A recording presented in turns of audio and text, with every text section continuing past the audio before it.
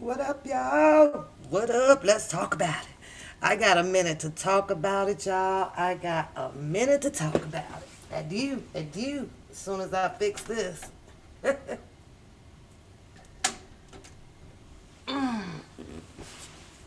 see if that's gonna do it. Oh boy, y'all. We have been down a line of war today. A war. Give me a second. Let me see if this gonna work. Let me see.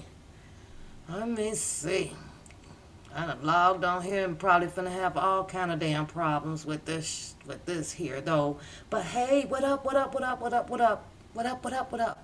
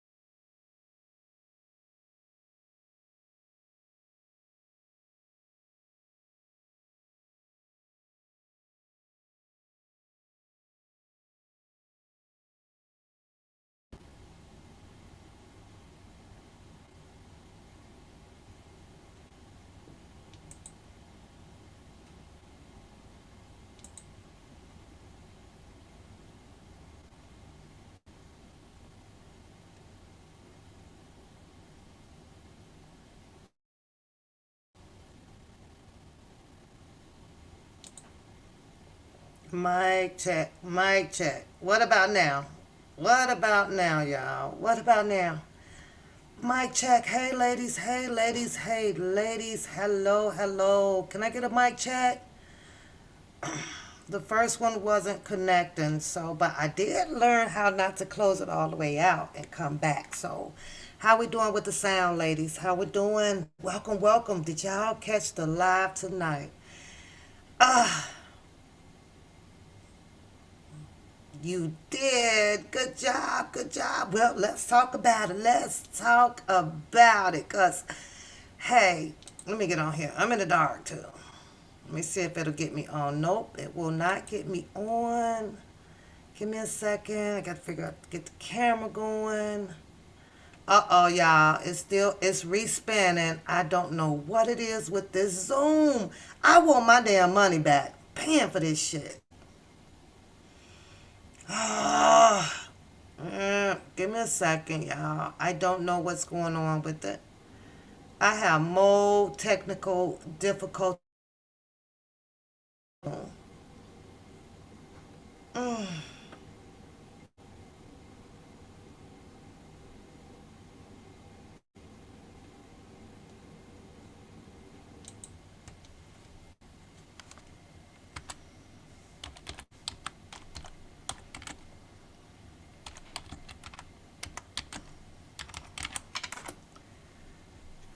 Yeah, da da da.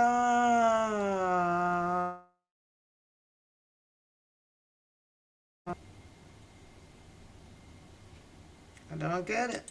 I really don't get it. I don't fucking get it. What is wrong with my shit?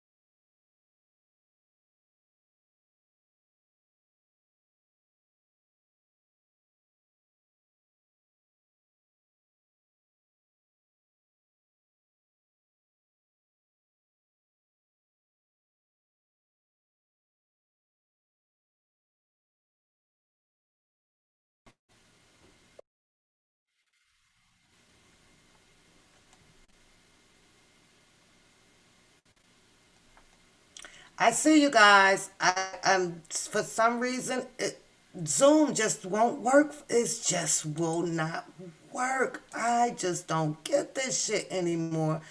I don't know why I have these problems. I do not know why I'm having these issues, y'all. I really don't know. Now it's saying I got two pages open and I don't see them. So let me do that. Let me do that. What in the world? When I try to bring the camera on, it's freezing up on me, you guys, and I don't know why. So I'll try it again in a minute. Let me try to keep the channel stable right now. But you all saw the live tonight, right? You saw the brother come on. You've seen Don Russell come on. You've seen Sharon Winbush come on. You've seen cousin Levi come on. And Choke No Joke has literally been down the line of people. And I believe now it has hit a nerve because trying to figure out who's what and why who is what and all of this shit is a headache. But if everybody can really, the money is the motive. Money is the motive. Money, money, money, you guys.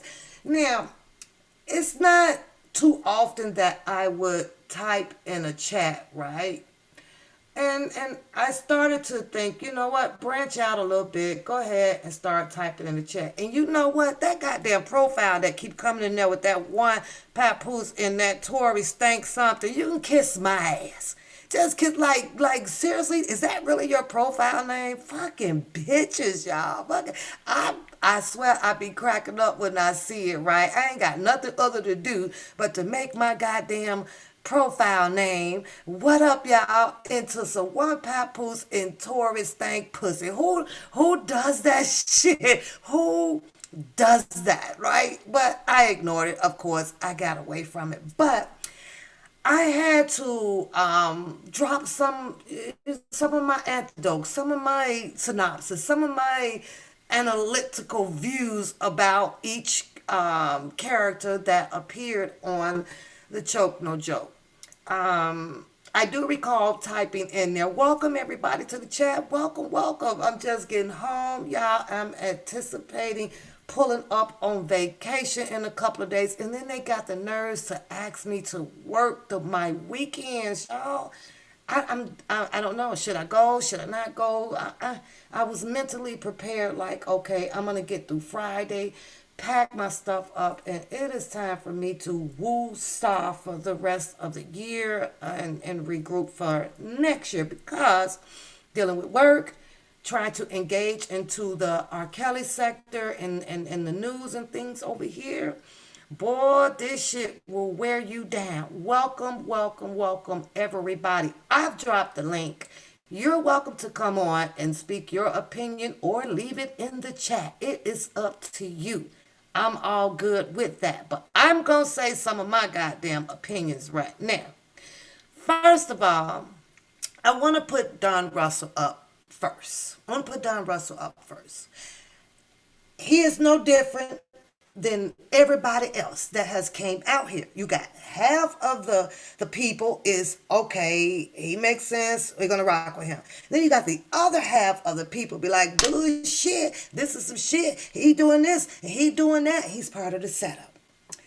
I was speaking to someone today, very, very intelligent young lady, and I love speaking with her, right? So shout out to you. And we was conversing on, some things. And we also can come to where agree to disagree, but also enlighten each other about where we are agreeing at and where we are disagreeing at to kind of make it all make sense to us, right?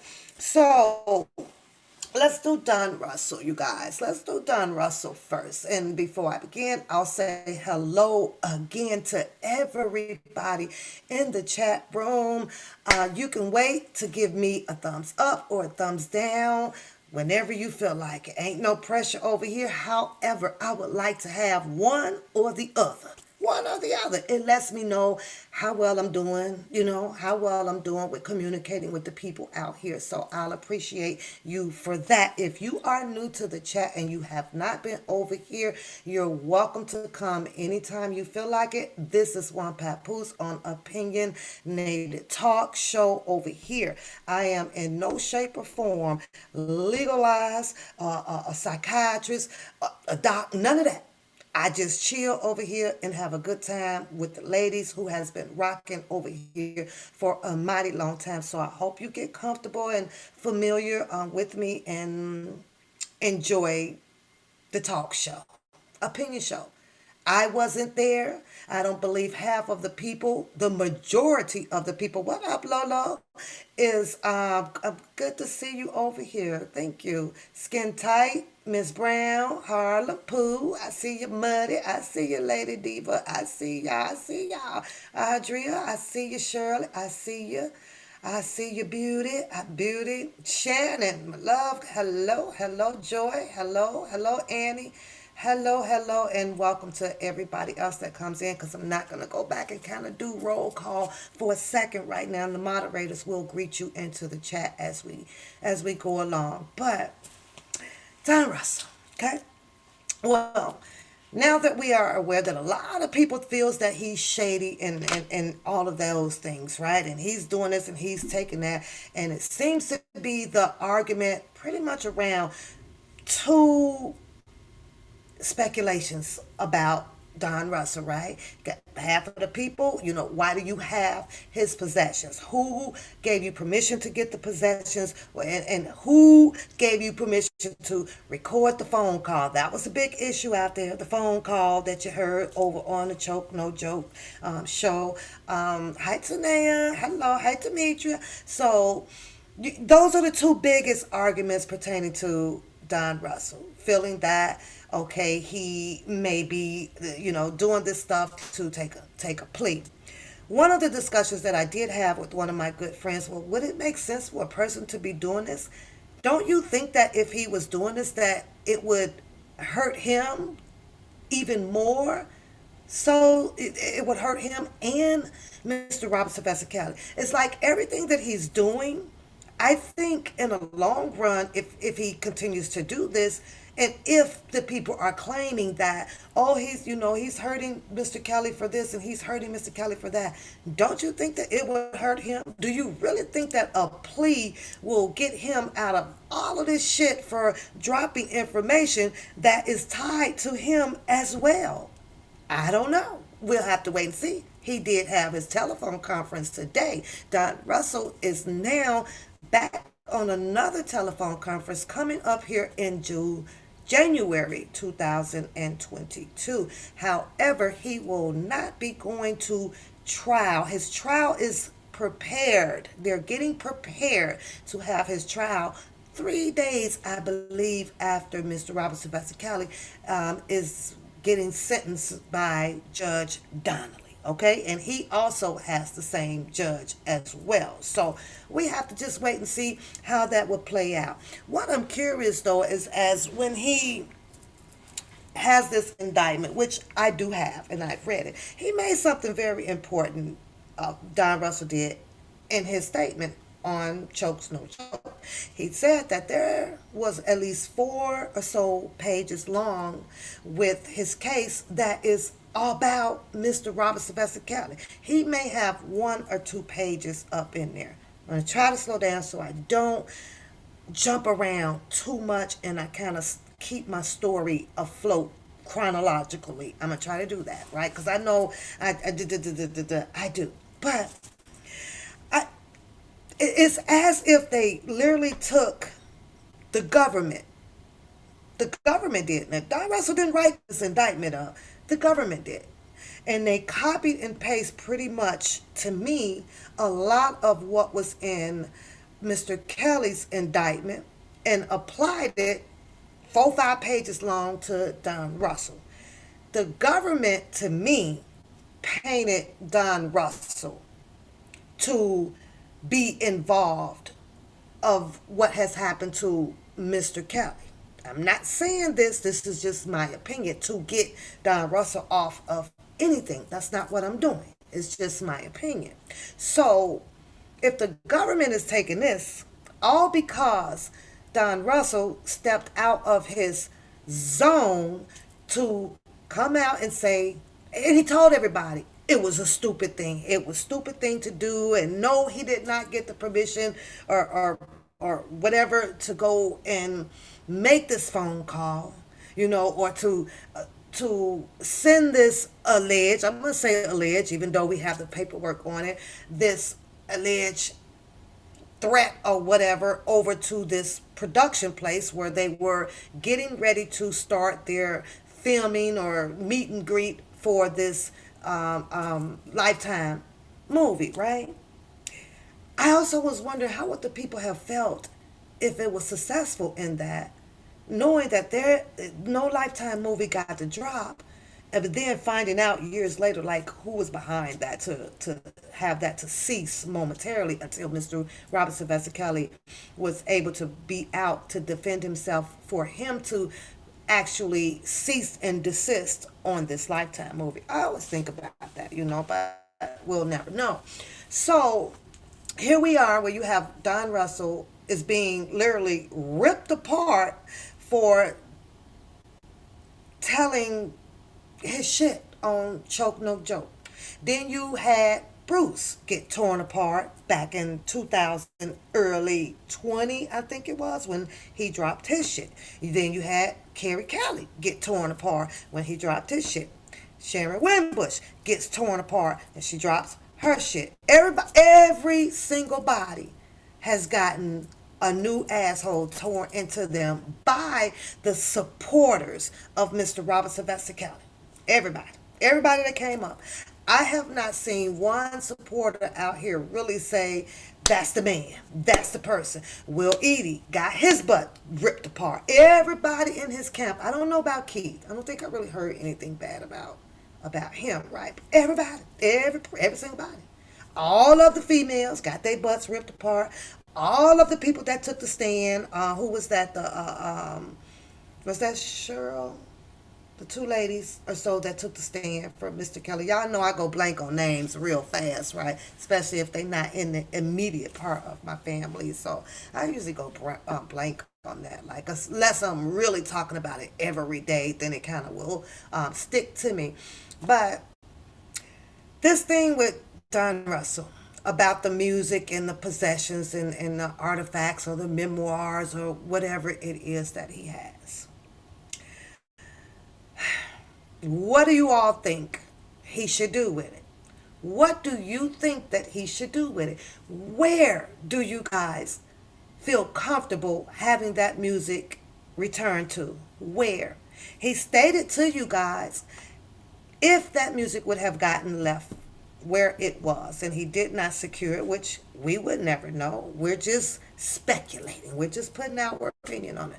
Had he left it there, he did tell you that, there's a possibility, allegedly. Sharon Winbush works for Barry Hankerson. Allegedly. Okay? Hi, Ivan. So if you got Bruce that's out there that's saying that now he's going to try to go after it and do something because those things needs to be returned, and everybody apparently is looking at Bruce, who I'm not shitting on him, but who is not up to par quite yet financially or probably mentally. He's been in jail, and a lot of people that comes out of jail or whatever really needs time to rehab about life itself. First you have to find out where you're going in life. Well, what were your mistakes in life? What are you going to be doing to get on your feet in life, right? So does he give the music like I stated over on Choke No Joke? Do y'all want him to return the music to Bruce? Give the music to Bruce and walk away with the shit. Because after tonight's show, that's kind of where my thought laid. Give it to him. Give it to the goddamn brother. And you know what? Since everybody is saying what they're saying out here, let Mr. Kelly now deal with his brother. For when he come out, and he definitely don't know where shit is at. Don't know where. Give it to Sharon Winbush. Give it to him. I'm telling you guys, at this point right now, I think if I was done, Don has to go through a trial. There is a pretty good chance that they are going to give him some time. He took a plea. It was said in the conference call that the prosecutors are not going to withdraw the already on the table plea deal. That could mean a plea deal saying that I'm guilty. I made this call because I don't want to spend 50 damn years in jail either for this. If I tell y'all that I did this and make life a little simple, I'm just hypothetically speaking though, that, okay, instead of him, when he does trial, maybe they will be a little bit more lenient on him and say, well, you know what, we're going to give you a year or two because some damages were done. And we all know if you do damages, there is always repercussion to that. Is there circumstantial evidence against Mr. Donnell Russell with the situation that brought this indictment on? Apparently it must have been because the police has said that they tracked an IP and they have all of that. I don't know if they'll have the evidence myself with the phone call. I believe he called, it might have hung up, hey, we got, woo, woo, woo, threw a little scare up in there, right? But, will they get the phone call saying this? and all that other cousin shit. You know what? We gonna need some ancestry tree traits, DNAs around here, cause this shit is buku crazy. But let's stay on that. Who do y'all want him to drop? Where do you want him to take it to? Where should Don Russell? Because I think at this point he has proven enough of, you know what? I'm out here trying to help this man. I'm trying to raise the money. I'm trying to do this and I'm trying to do that. But because all of the allegations now has been spirit spawned around on him, it's no, you ain't. You want some shit for yourself. No, you don't own the business. As a matter of fact, we gonna pull that up and we gonna show you exactly a little bit more of his credentials with what Bookham laid out over there. Yes, his business took a flip flop. All you gotta do is go pull it up. 2014, 15 or so. No, it did not get off the ground as it was planned. But go check out his shit now for 2021. You mean to tell me that, and I'm not getting off of Don, that Bookham was able to put a narrative out there like that on this man? When Don Russell tells you guys that there are shares, I have shareholders. Do y'all really think that someone, and the shareholders, in my opinion, and from what I see, ain't no goddamn black people? They look like white men to me. Look, at least some of them. I'm just saying, at least maybe one or two, right? Because he's dealing with mixed races in what he does. You mean to tell me what that man is going to risk every goddamn thing? Everything. The indie bill, he just finna throw all of that away to be out here to corrupt himself or to conspire himself or to become a part of an enterprise that he's telling you guys that he knows that this is fucked up. I'm trying to help R. Kelly make a little bit better decisions because apparently from what I'm looking at, he's been in jail, Don Russell, and he's done this. And it looks like he made a choice to kind of turn his life around to do a little bit more better in life so that he can stay out of trouble or make bad financial decisions. That's what I see. 2021, go pull him up, go through his information. It's on there. If you're in Chicago and you need help with some shit, take your ass over there on Madison and go and introduce yourself and go get something. Something else I'm going to drop out here because and Bookham goes and tell everybody that he's receiving 100% of the proceeds of what you have to do in order to be part of the indie build over there. It's a business. Go look at it. It's no different from the goddamn gym membership. Well, if you pay like I do, the $19.99 for Planet Fitness over there, Planet Fitness is supposed to get the whole goddamn $19.99, and I'm supposed to use the goddamn treadmill. That's it. When you go and do your membership and get involved with the indie bill, from what I am reading, you guys got to go read it yourself. They're going to help you establish what it is that you are trying to establish with your art, being an artist, or if you want to learn about different types of technology or something like that. You getting what you pay for. So if you're paying, let's just hypothetically say $500, and it's supposed to be like a 6-month session or so or whatever, you supposed to get the 100%. Who else supposed to get it? Where's it going to go? You walk away with knowing the knowledge, getting your business kicked off, and all that stuff. Go read the reviews on there. That man is on Google. His mother is on Google. Go look at the titles that they have on there. I can't vision it, you guys. Someone losing everything like that. 2014-15, it apparently looked like it took a little time for the indie bill to get off, to jump off. I can't find a lawsuit against Don Russell and that company over there or in California, because there's two. I think there's two of them now, where anybody technically sued him about doing any bad business towards them at all. And maybe one or two view reviews, because you're going to get those. Hell, you get that shit if you look up Best Buy. It's somebody on there with a bad attitude. Fuck, that ain't coming back in Best Buy because the service was rude. That's what reviews are for. Some bad ones, some good ones. But only you guys can get involved and find out the truth about where Don Russell stand at. Get off your ass. Go visit the goddamn business that he gave you the fucking address to. So that tells me he's not hard to find. He's not hard to find. I listened to Bruce. He's not hard to find. There are some things, in my opinion, that Bruce could not drop either.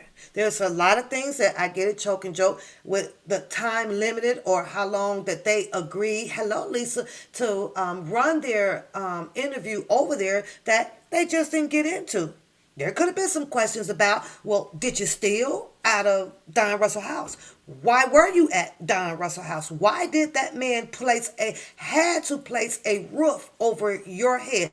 Why did the man that you say is now illegally, allegedly, holding on to your brother's possessions is put a roof over your head? Make it make sense. Make it make sense, y'all. It doesn't make sense. Don't make sense. He's upset a little bit, and I'm speculating on the outside looking in because this is opinionated talk. That now what is because Carrie got a watch? What are we missing here?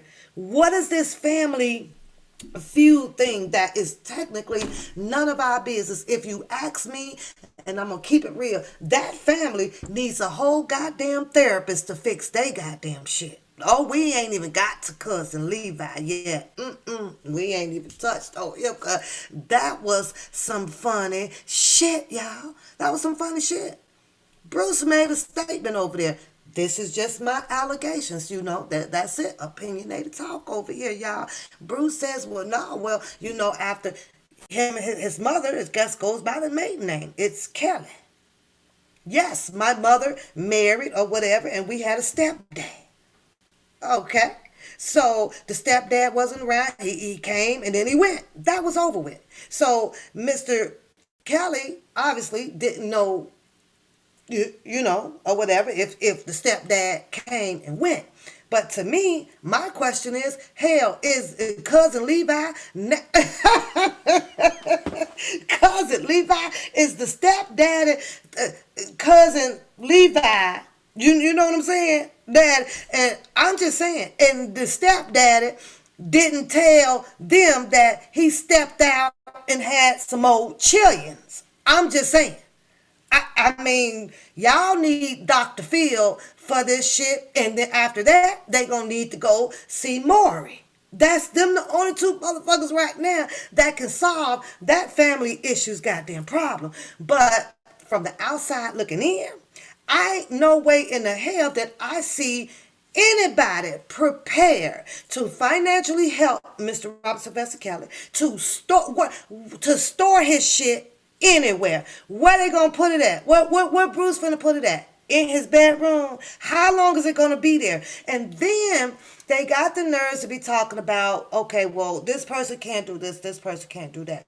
You know what? I'm at the point now where I be wanting to say, everybody fall the fuck back. Bruce, go handle it. Go pay for his attorneys. Go put away his shit. Stop depending on these people out here because they was like, everybody's messing this case up. I think that him and Sharon Winbush and y'all go save this man.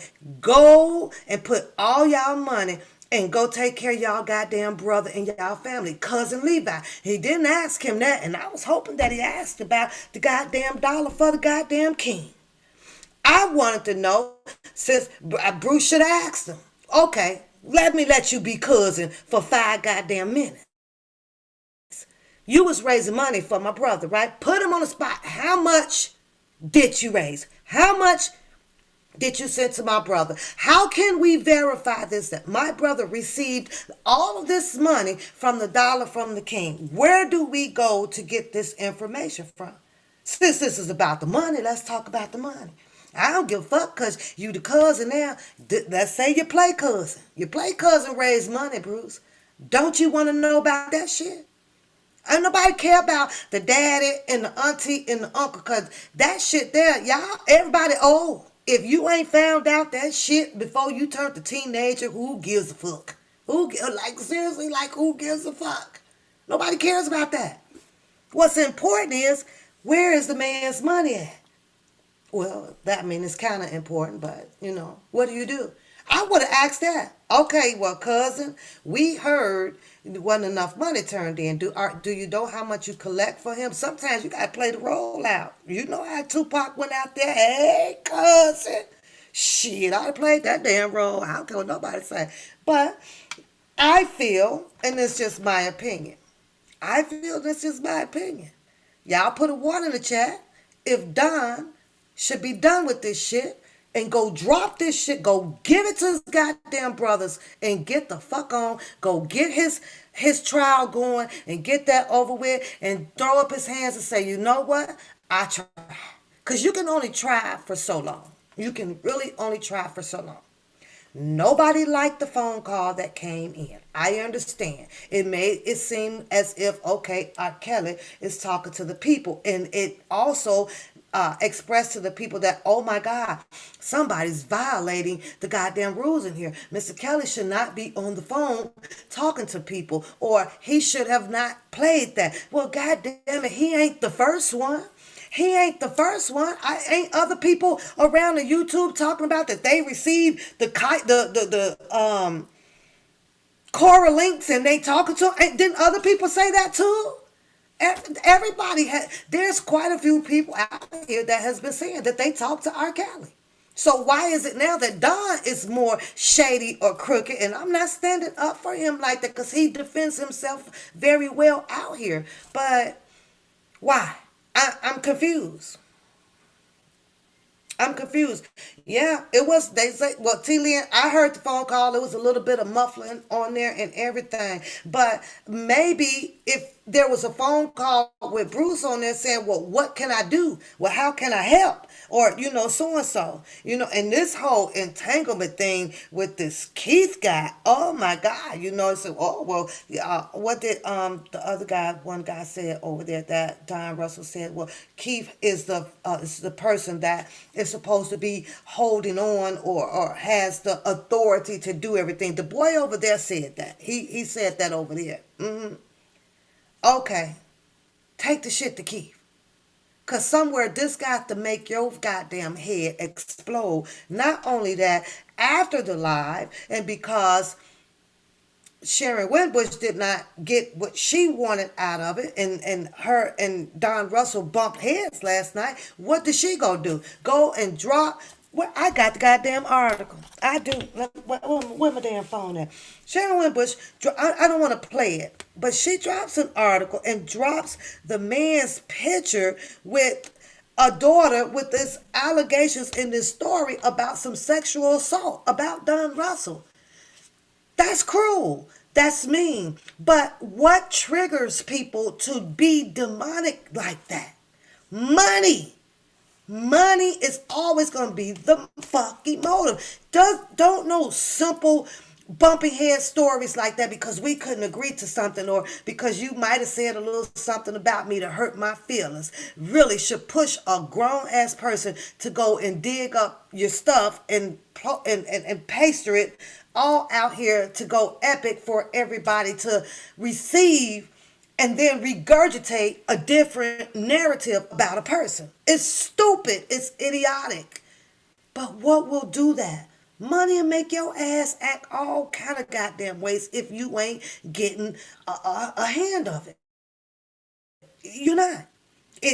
Was she mad because Don Russell made the statement that you work for Harry Bankerson? Harry Bankerson. I call a nigga Bankerson. He's a Bankerson, all right. I'm just saying. That's crazy. And it's money. It's money, money, money. Somebody wants their hand on this man's shit so bad so that they can do whatever they wanted to do. Let's talk about what if Don Russell takes the stuff back to the storage. Lock it back up. Who else has access to it? Do y'all think that it will be there when Mr. Kelly comes home? Do you believe that? What do you guys believe out here? What you say, Shadi? He was out his ass with the switch. I'm just saying. What do you guys think? Let me hear. I want to read some of your comments in here. What do you think should happen to Mr. Kelly's possession? Put it in the chat. What would you like to see happen to his things? Because where I'm thinking is if Don Russell was going to be selling and playing any type of music all over there, don't y'all think we would have heard that shit by now? Don't you think that he would have a person that is hard up for money, hard up for the money? Don't you think that he would have? You say give it to the kids. How can you give it to the kids if the kids doesn't want anything to do with their dad? Would you rather the kids sell off his stuff or make money off of their dad's things? You know what? That sounds feasible a little bit, Samantha. If anybody is going to do anything with it to become financially gained from it, I can agree with you on that. Allow the kids to have that financial gain from it. I totally agree. Cause we're gonna talk about this music with Azrael too, with making this one goddamn song and this $1 million that the Aunt declares or whoever wanted from Mr. Robert Sylvester Kelly. Joke no joke kept calling it extortion, and part of it may seem like it's extortion. I get that, but when I hear the way Don speaks of it, and I'm not excusing or like I said, Don fight for himself very well out here, right? It seems to me, in my opinion, that I'm jumping back to you, Samantha, that he was doing preventive measures for Mr. Robert Sylvester Kelly. Let's try this way. Man, let's get this girl home. Let's do this. Let's do that. Let's think about that. Had it went that way, do you think that Mr. Kelly would have gotten these charges brought against him? Let's think about that. I think about whether if this was the right time for Mr. Kelly to solely turn his life around to 100% spiritual. You know what I mean? Now, he could turn his life around by starting to eliminate some of the demons that was around him. Start eliminating that process first. And then when it came to, I'm getting these propositions about, well, if you don't make my daughter a son or give us $1 million, we gonna do so and so, so and so, so and so. I have to put that shit on a scale, y'all. I have to put it on a scale. I was on DJ's Live this morning, and I had to type in there because I was feeling the story just a little bit different, right? Mr. Robert Sylvester Kelly, when Kim Fox came out, Michael Avenatti got involved, and all the other these goddamn people, his balls was already with a twist tie on it. The government had already got him cornered like a motherfucker, y'all. Cornered. I had to scratch my head if I was kept, okay, dude, well, what the fuck? Like, hold this shit up. I gotta get out this shit. I don't know if I would have taken a risk to go to court and be like trying to prove myself innocent on this case because he was already guilty in the eyes of the public. The media killed it out here. They painted him. So I had to think to myself, well, wait a minute here. Okay, well, Don, that made a little sense to me.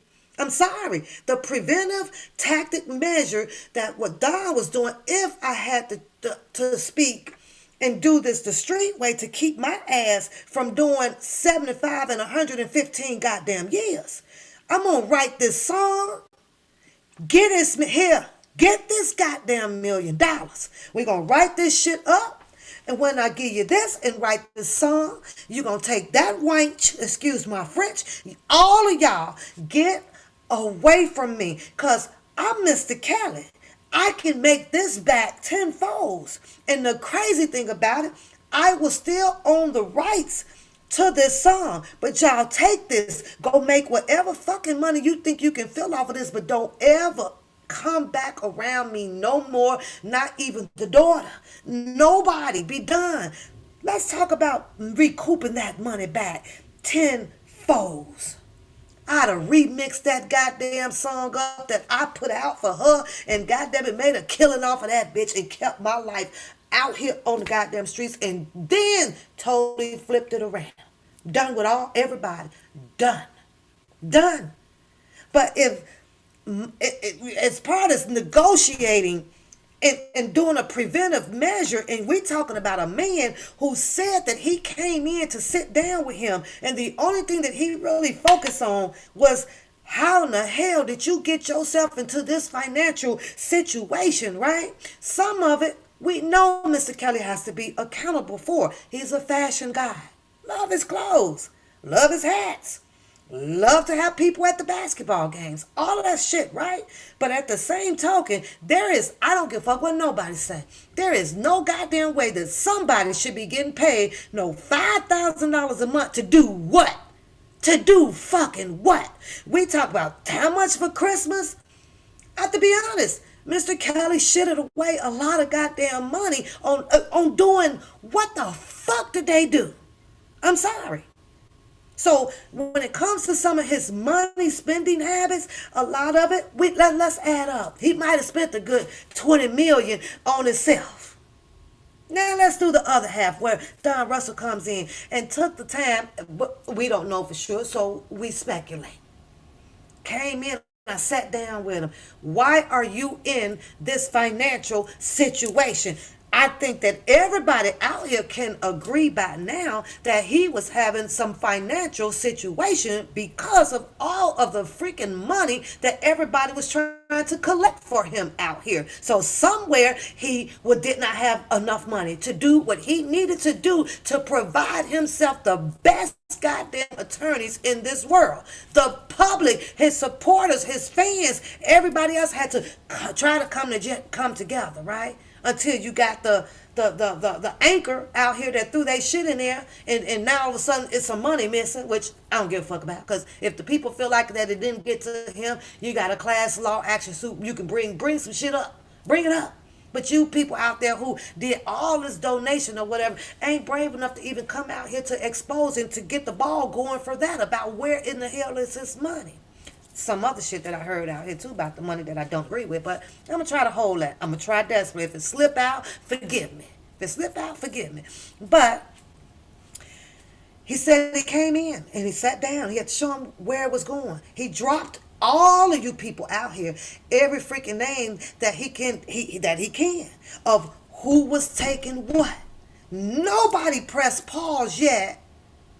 Go find out and go dig into their financial thing. He asked you, go follow the goddamn money.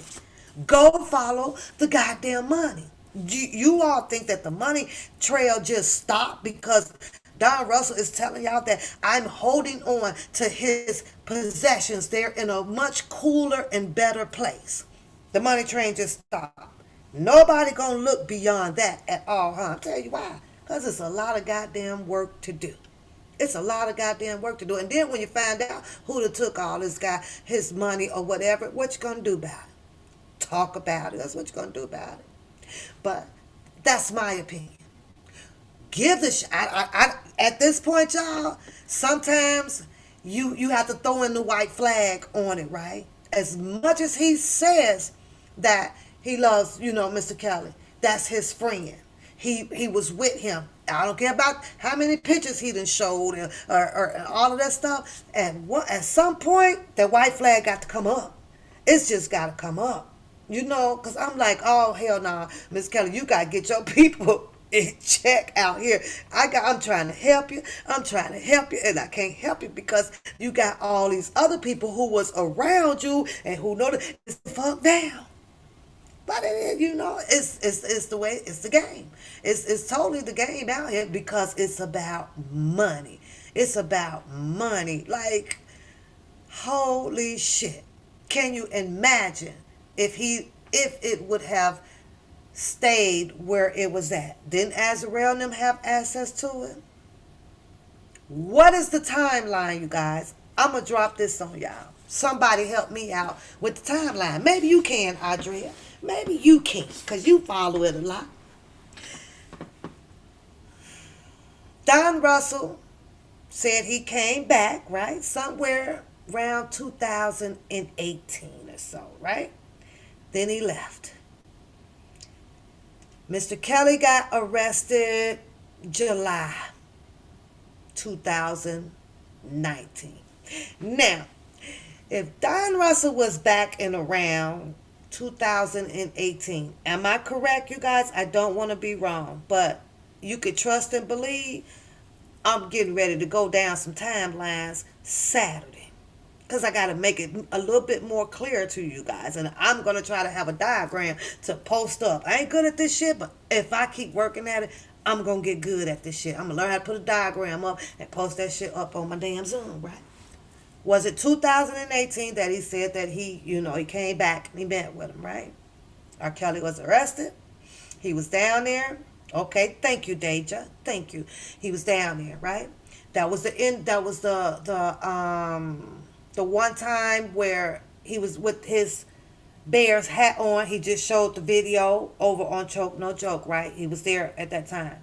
R. Kelly was okay. He said that he did not dig. At that point, he didn't know anything pretty much about all of this stuff that was going on, right?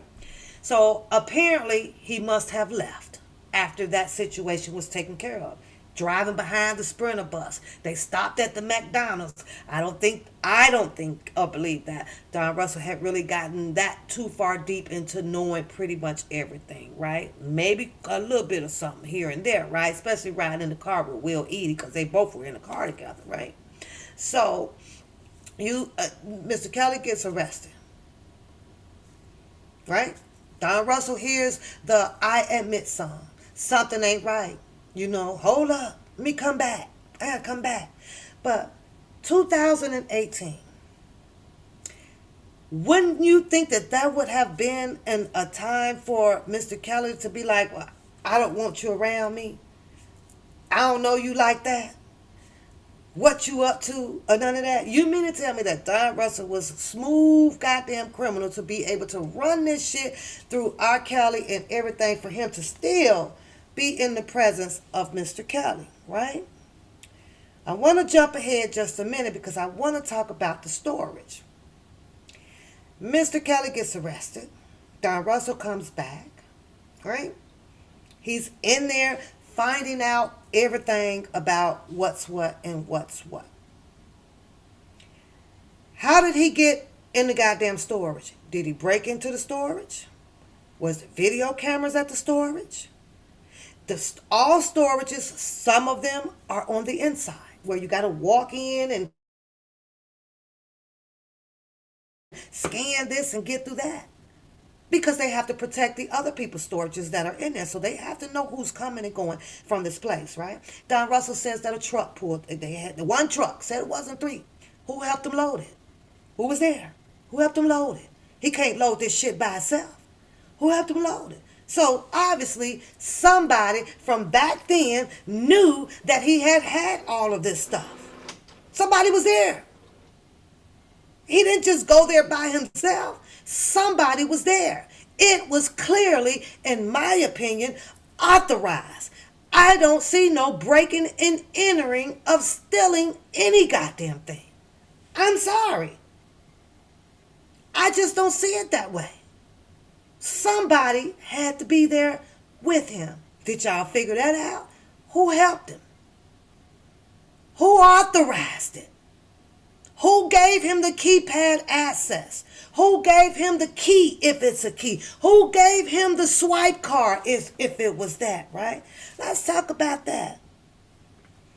Last I checked, though, this is the guy over there who debunked all of him from not having this and having that. He had said something very, very important over there. And the first thing I thought about myself, well, didn't they say that that guy over there kind of had a lot of Mr. Kelly's information? I'm talking about the guy over across the street.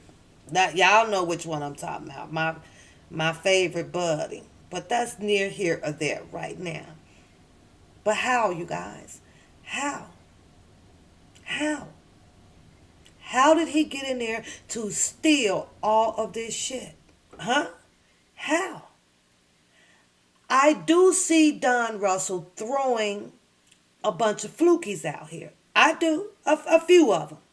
Because you know if you throw a fluky, the next thing is I'm just going to wait for a hit dog to holler. I see it. But see, I think 50-50. Street and I could think book.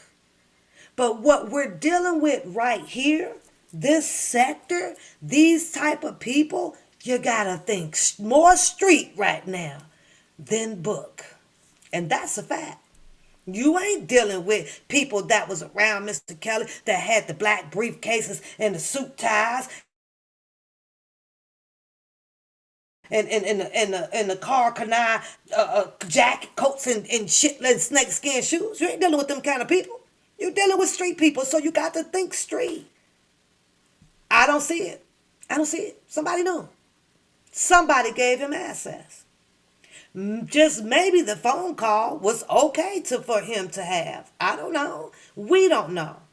But what it did prove was that everybody, because everybody was asking, you ain't talking to him, you don't talk. It did prove that, okay, he talking to him. But people coming out and saying, well, he can't do that. Well, you could get him in more trouble. Well, if you gonna sit your ass out here and post the fuck what's gonna happen to him, then of course maybe he will. And people don't even realize that they be doing that shit, right? Maybe he will now, since you done told the world that he can get in trouble for it. Maybe if you'd have just let it flown on by and not do the tipster out here, maybe he wouldn't.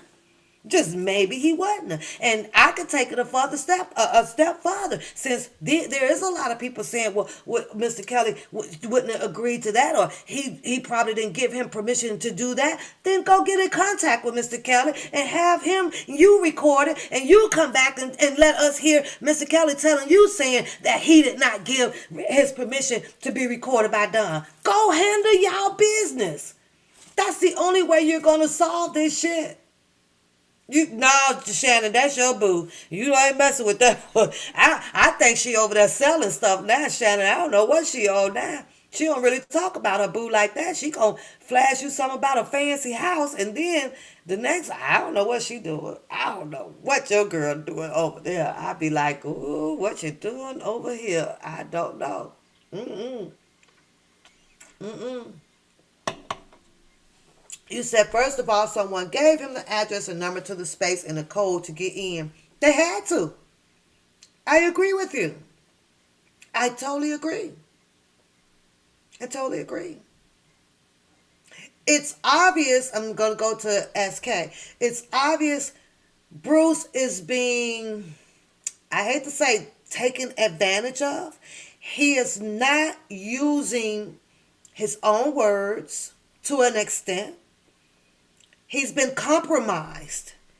He's been compromised. He has someone in his head talking to him that he doesn't even know. She's been MIA for 20 years. She has not been in his brother's life for 20 years. You have a better chance of going down to the corner store where you buy your beers and your blunts from and getting information from that person than you do somebody that you ain't heard from in 20 goddamn years. You really do. You really do, because you know that person more. You see him every day. You purchase from that person every day. So you know that person's visual characteristics. You know that person's mental characteristics because you're with him every day. Let me get a beer, man. Y'all stand there and talk. Y'all learned each other for 20 fucking years. You know how this person, but this one over here can pick up a phone and compromise your mind to a certain extent to where now you got yourself in a position where I can't say nothing bad about her. I can't. You live with Don Russell. Well, I I don't know what to say about him. I can't really say everything about him. And that's the psychological part of us, because you now torn. Because he allowed himself to become vulnerable. He allowed himself to do that. He did. His only communications as a brother should have been with R. Kelly's attorney and R. Kelly. Since it shows me that he has not done that, he's been compromised. So he doesn't know if he's coming or going. He doesn't know who to believe, what not to believe. He totally is confused. Had he got out of jail and totally focused in on getting his relationship with his brother and his brother attorney, because that's all the fuck that he needed to be in relations with. That's it, that's all. See, he said that he had been around Audrey. Bruce says that he worked for him.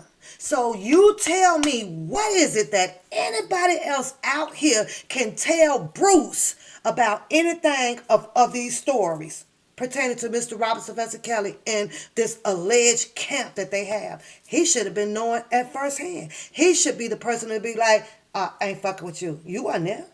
I was there. He should have been, but he's not. But he's not. He listened to all of these people, but you were there. You worked for your brother. Nobody should have been able to tell Bruce anything. Nothing. Nothing. Hi, Forensic. Hi. I'm just saying. So, with that being said, you can clearly see that his family, in my opinion, is in shambles because of money. I don't know who wants some. I don't know who want to give it. I do not know. But somebody is in shambles over there. And they already had them said once upon a time, well, I don't know how, my brother, he didn't help me with this. And, he, all his money, and, carry, well, he only paid me so-and-so, and he wanted me to do this.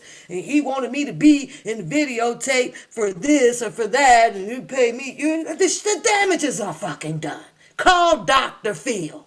That's who y'all do. Call Dr. Phil. I'm sorry. You do it. Now, let's talk about this goddamn Wintrust, because I got something to say about that shit too. And I'm going to collaborate it with the same other fucking trust that came out here online that nobody made a big fuss about it until Don Russell said something about the Wintrust thing. Let's talk about that. Because Bookham should have brought that shit up behind after he got done trying to demise this man about the Wintrust. And the Sun Trust, as from what I can remember, had $600,000 in that bitch. But we ain't making no more fuss about that, right? We only gonna focus on Don Russell and this Wintrust. Let's talk about it. Wintrust Bank. How many of you guys do banking out there? Put a 1 in the chat. How many? Let's keep this shit real. How many of you guys do banking out there? Because in a minute, I'm about to go over to Samantha goddamn bank, and I'm about to withdraw the money out her bank. I sure am. And I'm going to tell y'all how I'm going to do that. I'm going to tell you how I'm going to do it. How many of you guys bank? How many of you guys go to the bank? How many? I'll wait. I'm aware. I want to be perfectly clear. I want to be perfectly understanded when I say this. I do. I have to. Okay. So everybody, because I know I go to the bank. I go to the bank. I'm headed over to Samantha's goddamn bank. I am. Sure am. Now, Samantha, how do you think that I'm going to get $200,000 out your account? Because there's only one motherfucking way I can do it without you being there. Only one. There's only one. You can't call in to tell them that I'm coming to take it out. You can't do none of that shit. You can't. I have to be on your goddamn account. I have to be on it. Over here in the United States of America, I have to be on it. Or I'm just finna go in there with an AK-15 like Rittenhouse and tell them I want 200,000 out of Samantha's account. No, that's it. That's it, and that's all. Ain't no questions about it. But I'm taking your money because I got to go over here and I'm supposed to pay Mr. Robert Sylvester Kelly goddamn shit off with it. Yeah, I'm just gonna walk in Wintrust and take your shit without you knowing. Go figure. Go imagine that. But the boy over there says that, dig this, because Mr. Don Russell said that that was my money. He said that that was my money. Now let's look at this two different ways, this scenario, two different ways. It was either his name was on that fucking account, or, just or.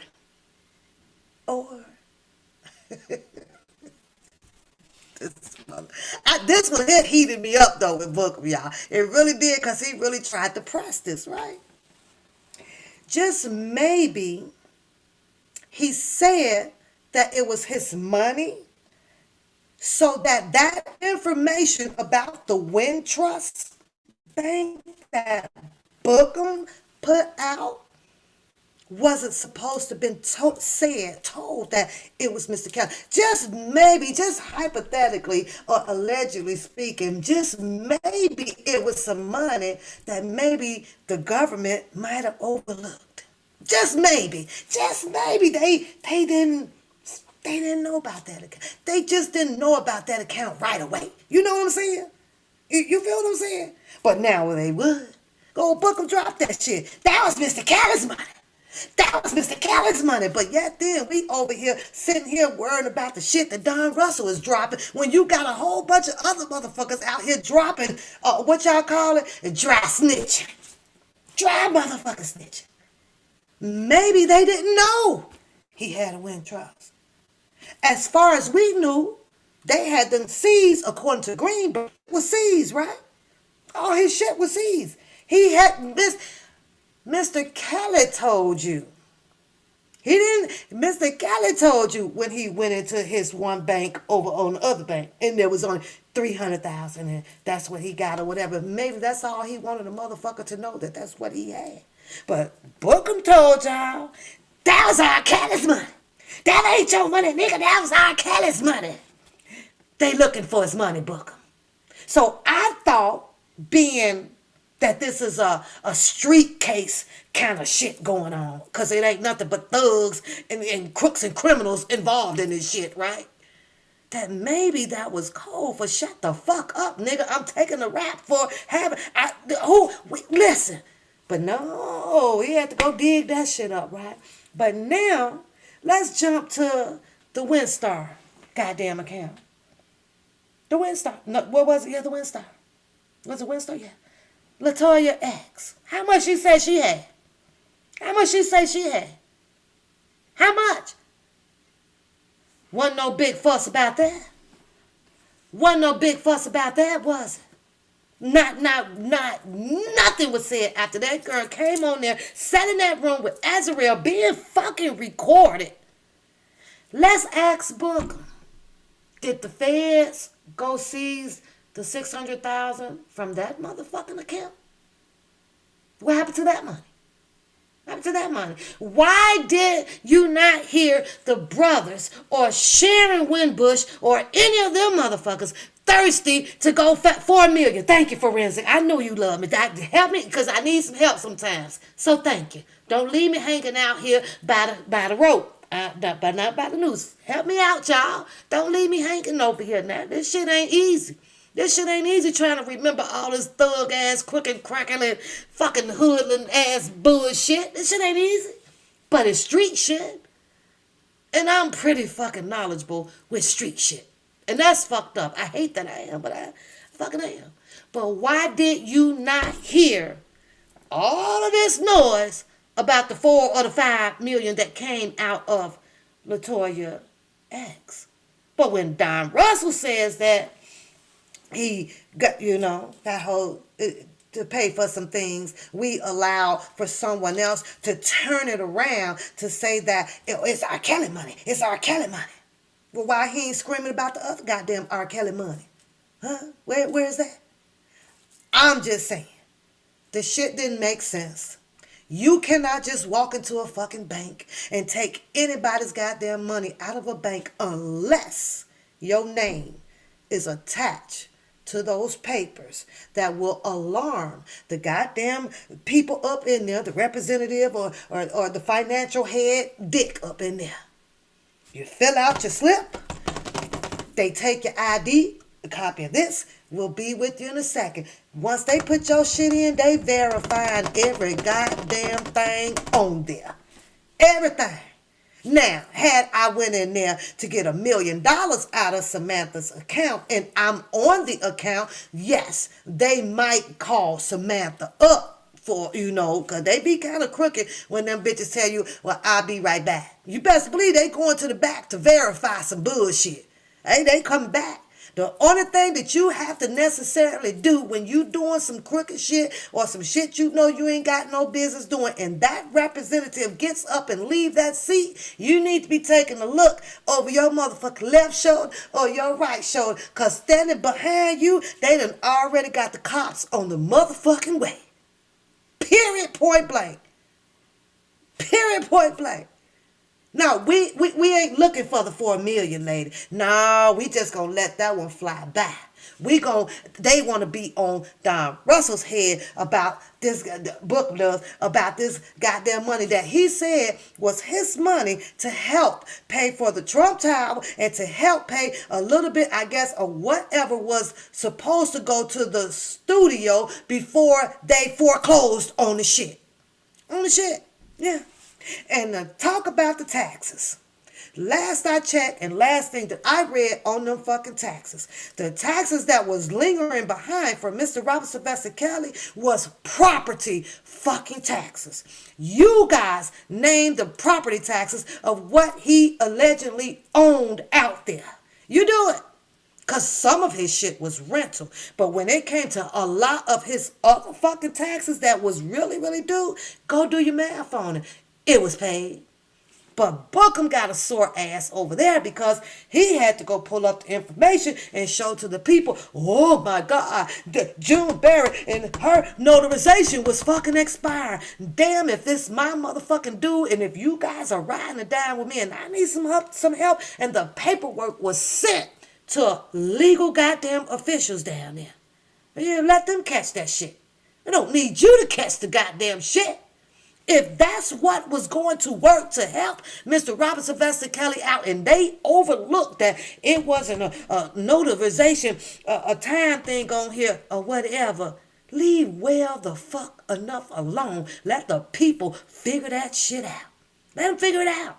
That this was a notarization paper with proof or whatever saying something about his taxes. Why you couldn't leave the shit alone? Why you gotta touch every motherfucking thing? I don't understand that shit. But let's take it a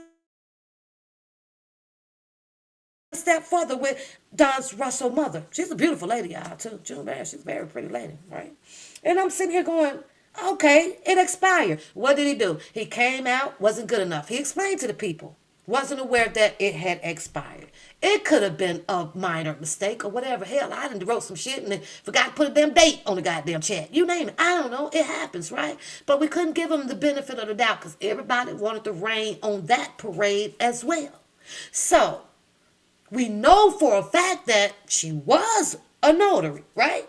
She was qualified. This is what she do. Go pull up Indy Bill. You will see her on the new 2021 as a CEO, as a manager, CEO. Go look it up. Her credentials are there. So that tells me somewhere she does have the rights to do something. She does have the knowledge. She does have the degrees, the license, you name it. That 2014 and 15 shit that Booker pulled up, yeah. Every business struggle getting off the ground. Everyone does.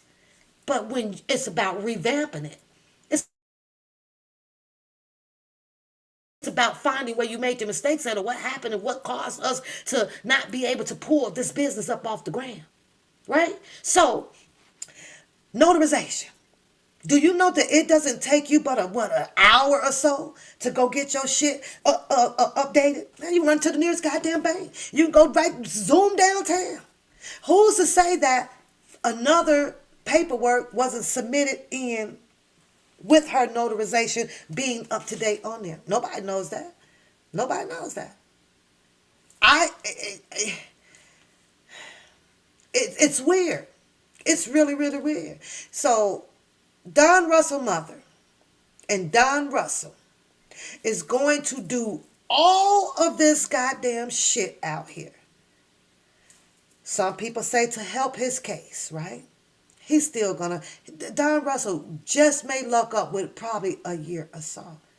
I'm not saying his case is difficult or easy, but right now you all see the black people, black men going to jail. And last I checked, he is a black man. He is dealing with Judge Ann Donnelly, who is probably going to give the goddamn juror over there the same instructions that she done did to R. Kelly because of how they just they tied him into this case. Or Kelly is into the case with him. And he is into the case with Kelly. They go as the government was pretty much to get as many as they can. And I don't know if they're done with it. I don't know if they're coming after the after bees. I don't know. We'll call them the bees. They came and got the honey. You got the bees are still out here. So I can't see it. And I've been digging, I've been reading like how you guys are doing. I know that a person may use a word as it just mishaps. I do it over here. You do it in your lifetime. You will say one word that can actually change the content of what you're trying to say. Make it complex. The people will perceive it and the narrative will be in a fucking tornado out here. All because of one word. You can kind of catch yourself and be like, that's not what I meant to say. I meant to say this, but it doesn't matter because once we put it out in the air and the demon fucking ears hear it, oh, your whole fucking word fucked up. It's fucked up. That's the truth. Yes, he said a few words over there. Yes, we don't like how he said, well, he needs help. If you don't raise your hand right now, knowing goddamn well that there is an area in your life, whether if it's a bill, whether if it's marriage, whether if it's your sex, in your car or whatever, that you don't have a goddamn issue and feel like that you can use a little help, then something is definitely wrong with you. Because I'm going to raise my hand. I'm going to raise both of my hands. I could use some help too. I'm known as crazy out here, but I don't need no help because I know I ain't crazy. I don't need no help in that goddamn area. But it's going to be something that we need. I didn't think that it was anything wrong. Some people may think it is because of what he's going through. But the case is the case. He didn't write the case against Mr. Robinson Vesicali. Your government wrote this case about these gay having all of this goddamn alleged sex based off of what the females were saying. They did that shit to him. But because someone would come around and if I was done or if you were done and we read it in this story, yeah, the first thing that you'll probably say to yourself is, oh yeah, he is sexually active. I hope R. Kelly ain't this sexually active. We've all said that shit. I don't know for sure. I wasn't there. I can't tell you if he is or if he's not. I can tell you that it appears to me that he likes a lot of women because he had them around him. They were there. He had parties. He had plenty of parties. They were there. So is it the truth? Is it the truth? People don't want the truth. And I understand that. Sometimes the truth, oh, it depends on who's saying it, it can hurt you. Mr. Robinson Vasicali is already hurt, so it doesn't even matter what is being said right now. I get it. He still has the Chicago case. I get that the Chicago case is still about a sexual enterprise thing going on, but mainly it's mostly about silver case. People want this. Mainly, people want this. I think that if Don Russell truly thinks that me telling you people that, oh my God, that there's the audio tapes, or there's the tapes that were out there, there's the tapes, and he's in the tapes and the tapes and the tapes. But what else did he say? Because how many people got the tape? How many people saw the tape? Some people say it's him. Some people said that it's not him. So the insinuation part of there being audio tapes is already out in the atmosphere. But because when he said it, oh my God, oh my God. Why do you think it is that they were only able to show, this is just my opinion, the audio part of the videotapes that they claimed that they got up there in that courtroom over there? They didn't see that shit. They were listening to it. And if you're listening to it to one ears, it may sound like, oh my God, it's some what's going on. Oh my God. They never showed, in my opinion, the goddamn jury, the actual visual of the fucking audio tapes. In my opinion, because there were no goddamn young girls on their tapes. Were there older women probably on those tapes? Probably goddamn so. Probably so. But see, they couldn't use the visual. Most of the time, they would have showed a few clips in the courtroom. But see, they didn't really need to do that because they collaborated all of these goddamn fucking messages that these girls, they didn't have a phone with and was on the bus talking to each other or whatever. They put that together with the fucking audio part of the damn tapes. I don't know. You guys do the math on it. That's what they did. And the juror bought it. And the juror bought it. In my honest, humble opinion, I do not see where Don Russell has caused no more damage to Mr. Robert Sylvester Kelly equivalent to what these females have done, equivalent to what all of these other people who was around him have robbed this man's blind. Was Don Russell up there when his washer and dryer and shit got stolen? But no, I don't think so. I don't think so. I didn't read anything about that. I didn't. I think he's very strategic. I'm sorry. It's like you got to be sorry that, okay, he has his case. And some things he's saying or whatever may appear to people that, oh, okay, he's saying this so that he can help himself out. You know what? If you want to speak truth and logic about that as well, he's also a human like everybody else. You ask yourself, if you were in that situation, and as much as Mr. Kelly is loved out here in these streets, ask yourself, what would you do as well to kind of say, you know what, I don't want to do 50 years either. I know I'm going to get some time. I know I'm going to get some time. But I feel like with the things that he is saying, in my opinion, I don't think that it's going to hurt him or Mr. Kelly as much as what the damages are already have done anyway. That's just my opinion about it. That's just my opinion. But after that live tonight, and that's what prompted me to come on, and I appreciate all of you guys that came in to drop your opinion in the comments. Who should he give the stuff back to? Since all of the eyes ended up on Don Russell. You guys don't want to, you don't want to see the brothers to have it? Where do you want it to go? Mr. Kelly needs money. Where do you want it to go? Appealing a case is very, very expensive. Very goddamn expensive. Not only is it expensive, it's a very tough case to appeal a case. You talking about scrutinizing. You talking about where you got to dig and find the I that don't have the dot over it and the line that don't have the T across of it. You got to dig and funnel through so much shit as an appellate, as an appeal, an attorney trying to appeal some things. I agree, Audrey. I truly, truly agree.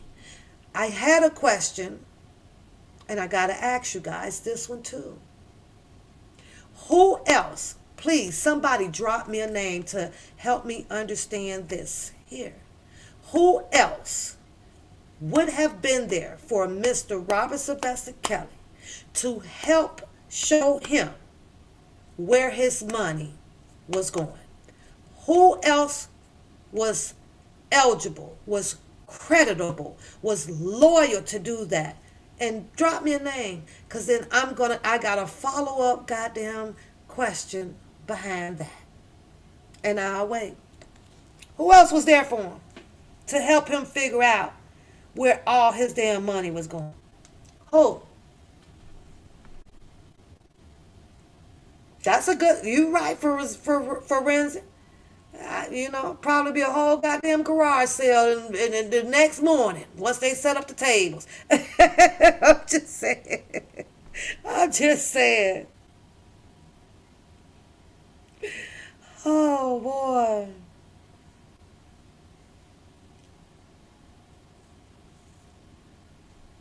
Nobody. Thank you, Deja. Nobody. And you want to know why there was nobody? You want to know why?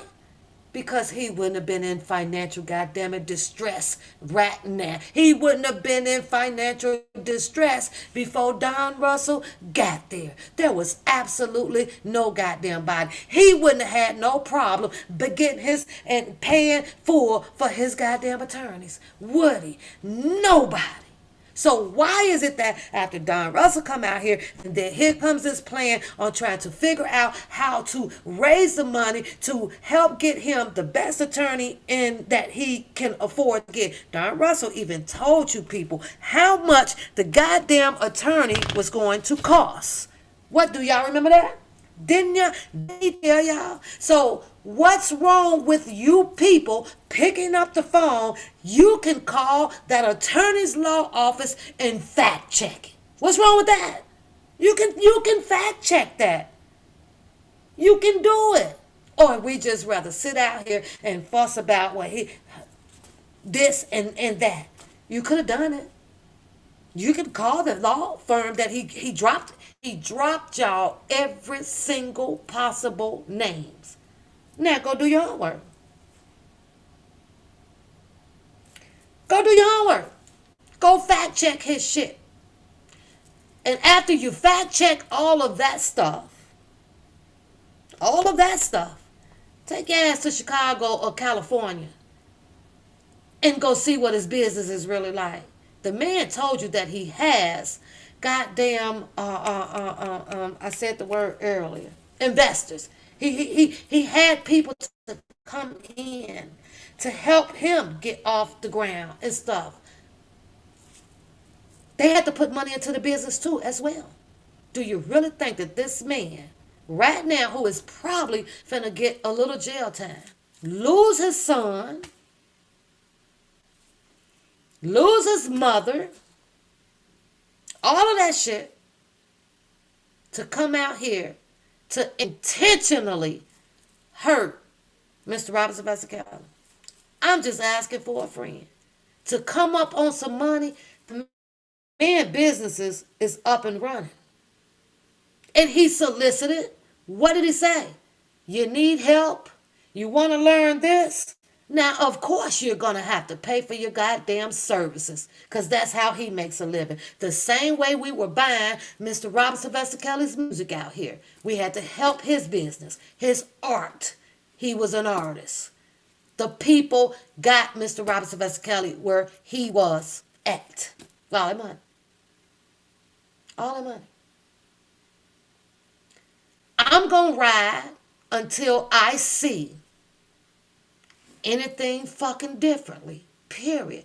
As long as that music, as he say, is over there safe. And he put on record out here in the YouTube streets that if Mr. Robert Sylvester Kelly got out today, tonight, would you return his shit? And he said, hell yeah. It's here. I have it where it needs to be in a colder place so that it will not get damaged. So I'll wait for that. If it doesn't play out that way and Mr. Robert Sylvester Kelly comes home tomorrow, hypothetically speaking, because I know he has to wait until the rest of the procedures of his court, okay, of his hearing and stuff that he have come up. Mr. Robert Sylvester Kelly has only one person, not 10, not 9, not 8, not 7, not 20, to go after. And that would be Don Russell. He would only have to take one trip. One trip. He ain't got to go over here. He ain't got to go over there. He ain't got to go ask his brother what happened to it. He ain't got to ask Barry Hankinson what happened to it. He ain't got to ask none of them goddamn people what happened to it. He only got one person to see. Just one. And you guys won't even leave it at that. You won't leave it at that. If that shit goes back to where all of these people want it to go, where it can possibly now be very vulnerable to vultures that is out here screaming and arguing at each other because the motive is fucking money. Can you imagine what the fuck he's going to have to go through to pinpoint and target down on who's got what and what's got what? If there was a defense fund raised, if there was a dollar for the king established out here, that told me, oh, Mr. Kelly needs some money. But because Don Russell came out to say that they can get this here, he had an appointment with this person and they could put this down. He said, at least we can get $1 million or so for this, and that will cover his lights, his gas, his stuff, or whatever, saving his place, right? He can do all of that. But Don Russell said saving his place and paying for these things and putting this up and doing that, it was a problem. But you guys tried it your way. Y'all tried a defense fund. Y'all tried a goddamn dollar for the king. How did that work out for you? How did that work out for y'all? How? Well, that ended up being some fucked up shit too, now didn't it?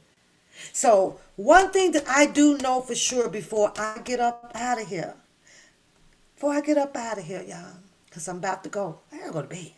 I enjoyed y'all tonight too. I really did. I dropped the link, but I read all y'all comments, and I'm suitable for that, just to see what you guys' opinion and your thoughts were.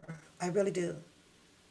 But I know in this world out here, you have to at least try.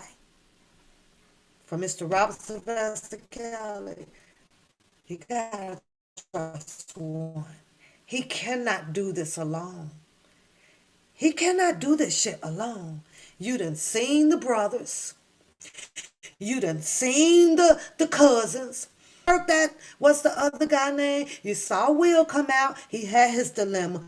All of that shit, right? You done seen all of this shit of what everybody done tried to do. You done seen that. You guys will not give a person a fucking chance at all, at anything. This is a street motherfucking game. I don't care how you call it. Mr. Kelly was not walking with suit and tie ass people with the briefcase that speaks very properly. He didn't hang with those. And until you guys can figure out what street is, then you motherfuckers are gonna stay fucking lost out here. What up, Don? What up, Don? I'm talking about you tonight. I'm talking about you tonight because I done had it. I done had it, and I this is fucking ludicrous. This is ludicrous how I see what you're doing, and it's unbelievable. It's unbelievable. I'm at this point right now, though, Don. If all of these people feel that you're this and you're doing that and you're doing this, God damn it, I want them to go, goddamn it, do citizen motherfucking arrest. Go and arrest him. Go get him. Go take the fucking music from him. And y'all see what happened behind that shit. Go ahead. He told y'all. You won't even go do your investigation. Go find out about Sharon Winbush. I don't know for a fact, but if he's telling you guys the fucking names and everything, why are you still pointing the fingers at him? Go and do your shit. Go call Harry Hankerson. Go call you. Everybody seems to be connected to some of everybody out here. Everybody is. And y'all can't figure out. Y'all won't go do no fucking homework. But Don, I had to tell him though, because I like that part about the Wintrust Bank. Like, what did you do? Did you go in there with the AK and say, just give me all the money? Because the bozo, or the book, that wasn't his money. But they got the nerve to be wanting to say how you dry snitching.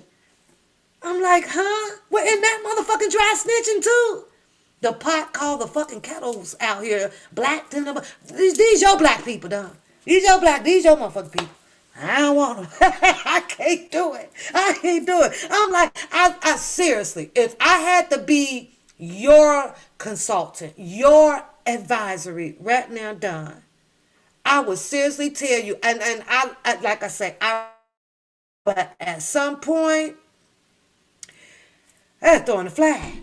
Done with this shit. Go drop that shit over there to his brothers, and I know how much you love him and everything, but then let's see what happened. Let's see what the people say now. What y'all say? I'm out this shit. They got all the goddamn answers. I'm dealing with this shit. I would, because it's like I hate to see how you're trying to do what you can do out here for this man, but they will not allow you to do so.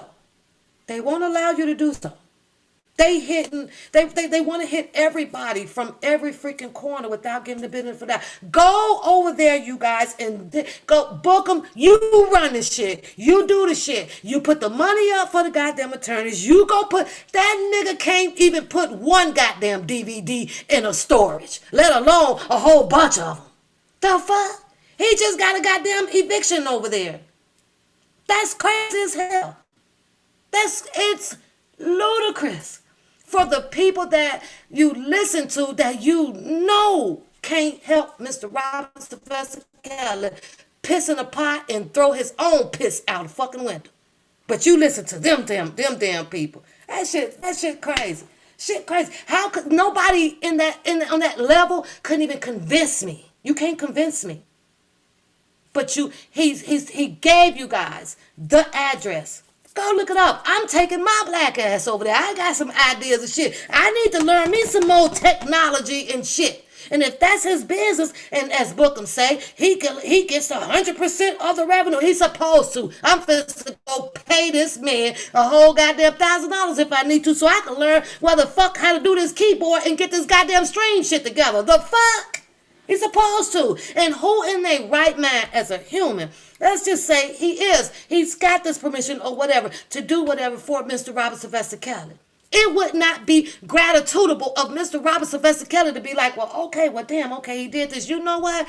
Don, here's 10 grand for you. I appreciate your goddamn help, Don. That's gratitudable. That's appreciating what you're doing for me. Hey, people, where is the normality? Where is the reality? Where are you people at? Where the fuck are y'all at? It's enough of it was him. He doing this. It ain't a motherfucker out here in a position to do a goddamn thing. But he put himself in a position, took a fucking hit for this shit. You could have got on a conference call. I sat on it this morning. You want to support him? Right now, I think you should be supporting both of them. That's just where I'm going with this. Oh, you're calling in. You're calling. I don't know if they put my number up. I think Don finna cuss me out, y'all. Oh, Lord.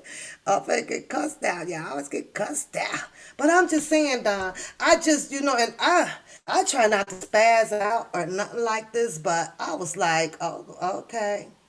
But you guys got to look at this picture really, really, really big.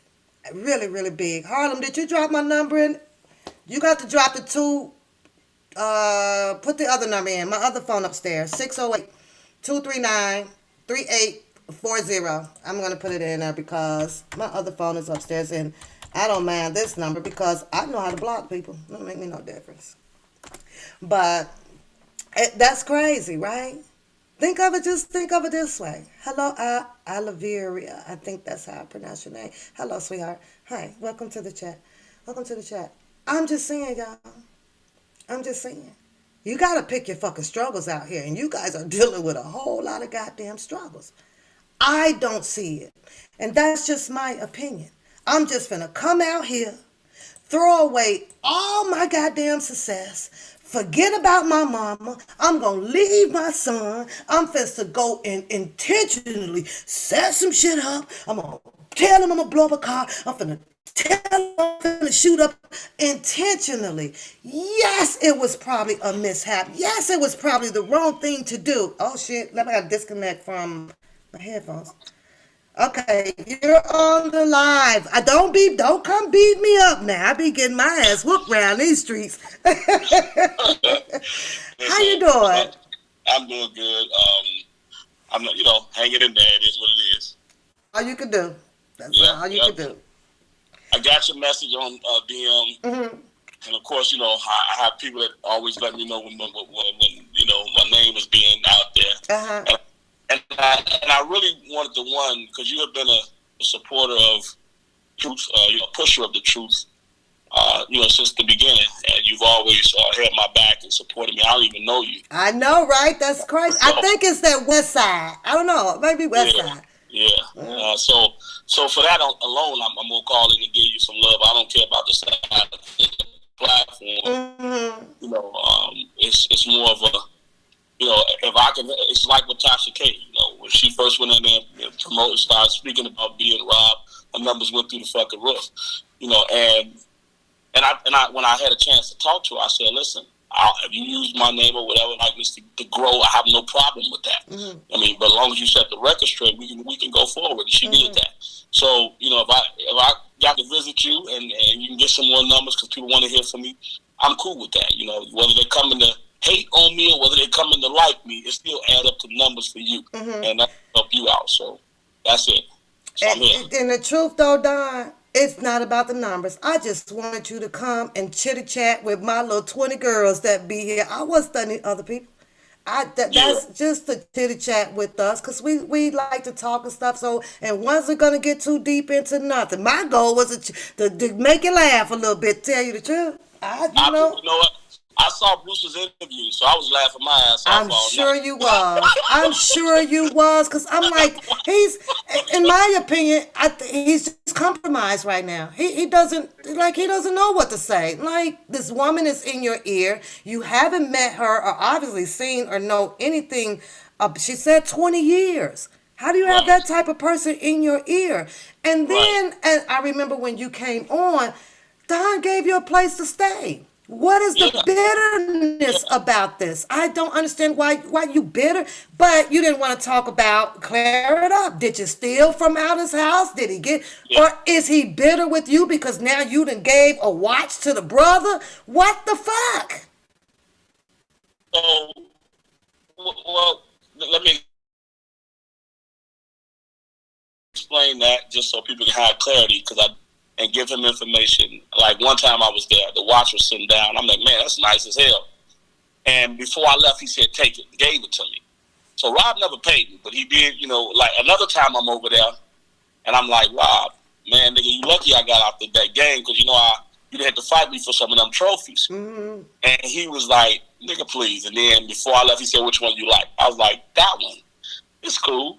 And then I said, nah, I'm going to take that. He said, nigga, take them both. That's the kind of shit Rob would do because we was boys like that. You know, it wasn't about money for me. I wasn't there to ask him for money.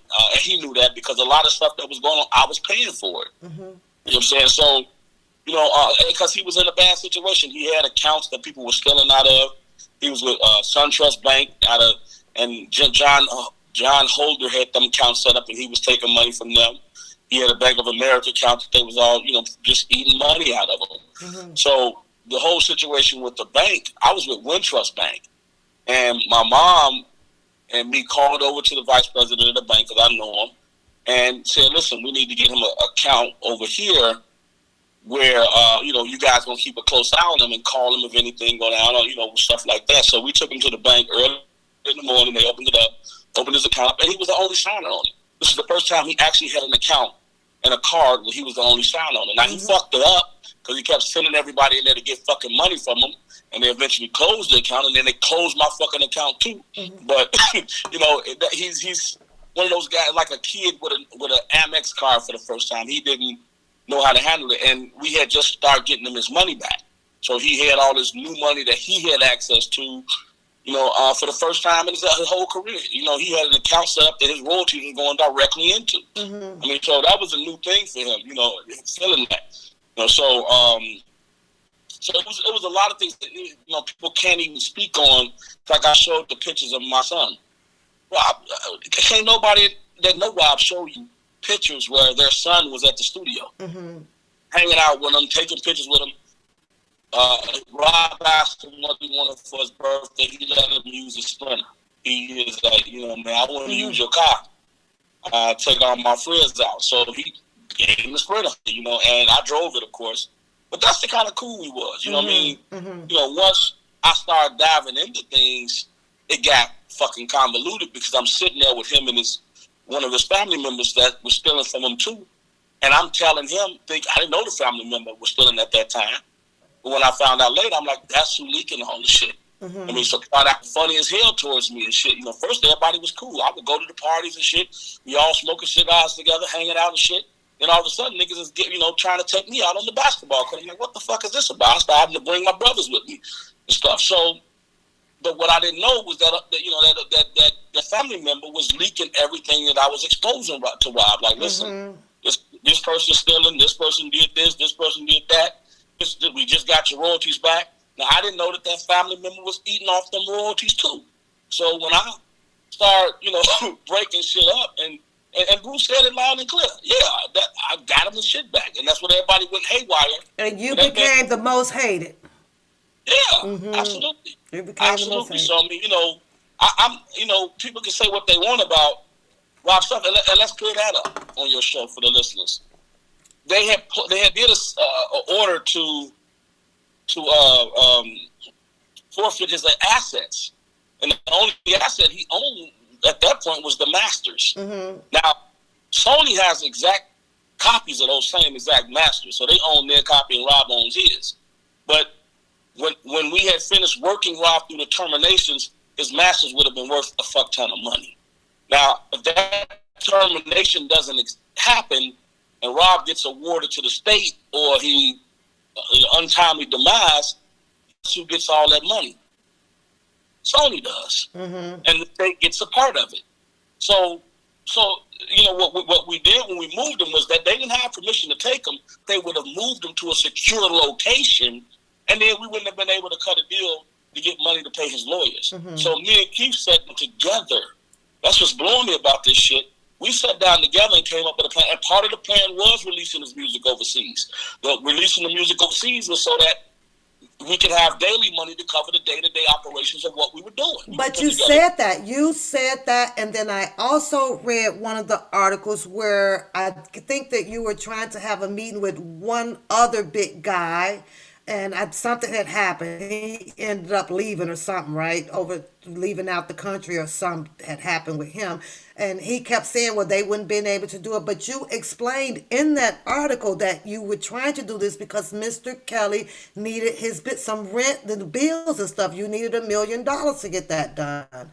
And I was like, if this is printed in black and white, why isn't people not believing this? Especially when he's sitting down with a man that is probably bigger than yourself. And I'm thinking, okay, this is weird, but this is how your people do you. This is how your own kind will do you. Like, it's bizarre. I don't get it. I don't get it. Yeah, it's really sad. It's tragic how this whole thing is coming on. This is absolutely going to be my last time coming out. It's not. And after the shit that happened today with my son, his mother. What button do you think that you pushed to make her do that? Because you pushed the button. Yeah, it's obvious. I pushed the button. I know which one it was. At least I think I'm like, oh shit, you work for Hankerson. Oh, you pushed that button. That was that. Retaliation. I was like, oh Lord. She crossed the line though. It's like, when you start doing stuff like that, my son's mom had a lot of negative feedback from that shit. Because she's kind of popular. The young lady that she put on to try to make it seem like my son was my daughter, and I'm like, what the fuck? I mean, was 15 years old, was my daughter. I'm like, what the fuck is she talking about? My daughter's. So I'm sleeping with my daughter. We had that just blew the fuck out of me. Like, what? And it says right on there, Ashley Russell.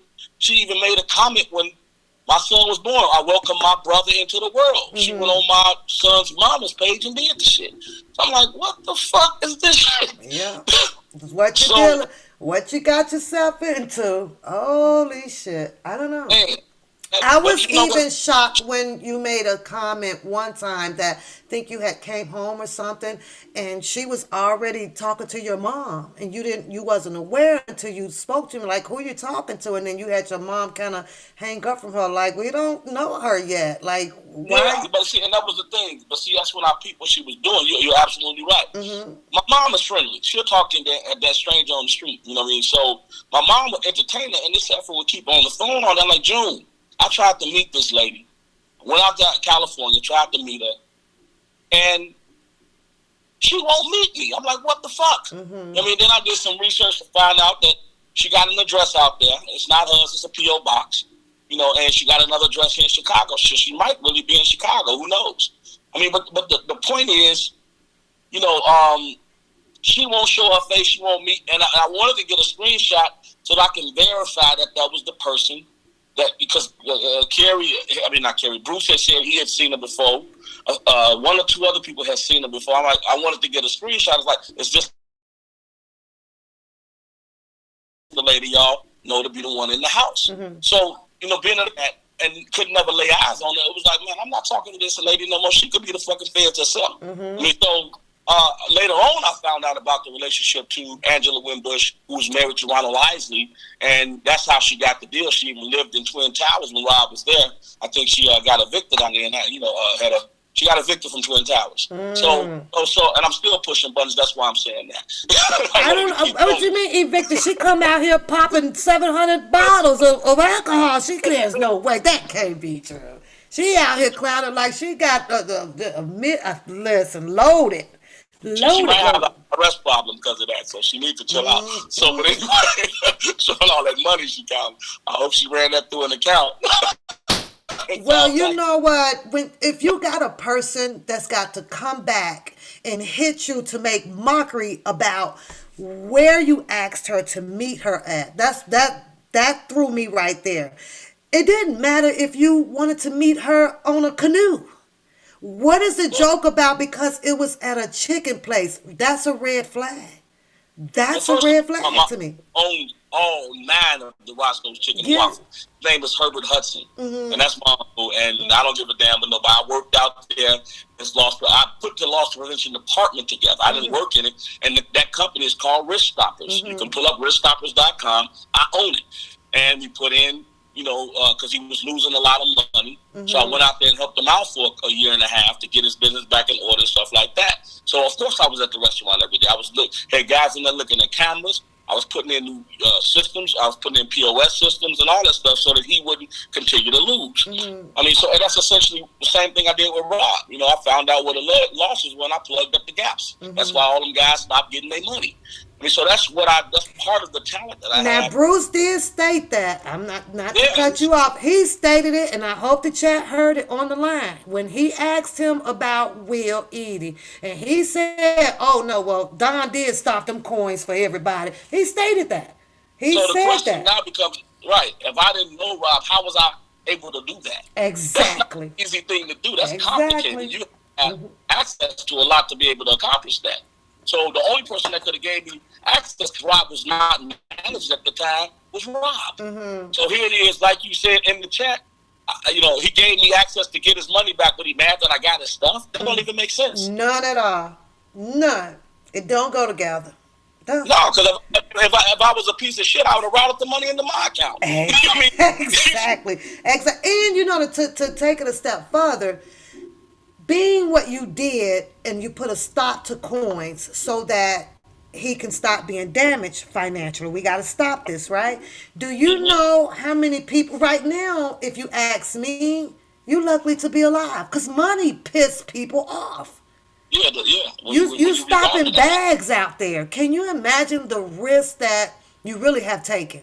I'm sorry. Yeah, no, listen, they done broken my house twice. They done broken my mom's house. They done broken my cars, all that shit. I've been going through it. I'm elusive. I stay moving around. That's good. The biggest thing is God got me, so I ain't really worried about that. If it's my time to be up there, then fine. I got a lot of questions for God anyway, so I'll do that. So. Yeah. Well, I just want to, like I said, I want to hear from you, and I've been leaving, and I could say, no, you know what? I got to ask him this time. Maybe I can bring him over, cheer him up, because we laugh a lot and, shits and have fun over here. And I said, I gotta try to turn this around. I see this a total different way from a lot of people out here. I know I may think weird and talk weird, but when you know street and you know strategy, it comes clear to you as day. It really does. And it's a sad thing that if you speak truth and there's logic to your truth, it's not what they want to hear. They rather for you to hold all of that and sugarcoat things and it's going to be okay. But the damages of Mr. Robert Sylvester Kelly, it had happened already. There's nothing more damage that you can do to it. It's there, and you wasn't the only one, because everybody want to say, what did he say? Well, here's the reason why the RICO came, and the RICO came. Well, let's just say that it didn't come. They were still going to get him on something. They were persistent. They insisted on it. They was coming for him. Let's talk about that. You say reason. How is that possible? I don't. Well, every act that they tried him on, I wasn't even around when any of those girls were there. I came in 2018. All the shit was done already. They were deep into the investigation when I came into the situation. I didn't know that.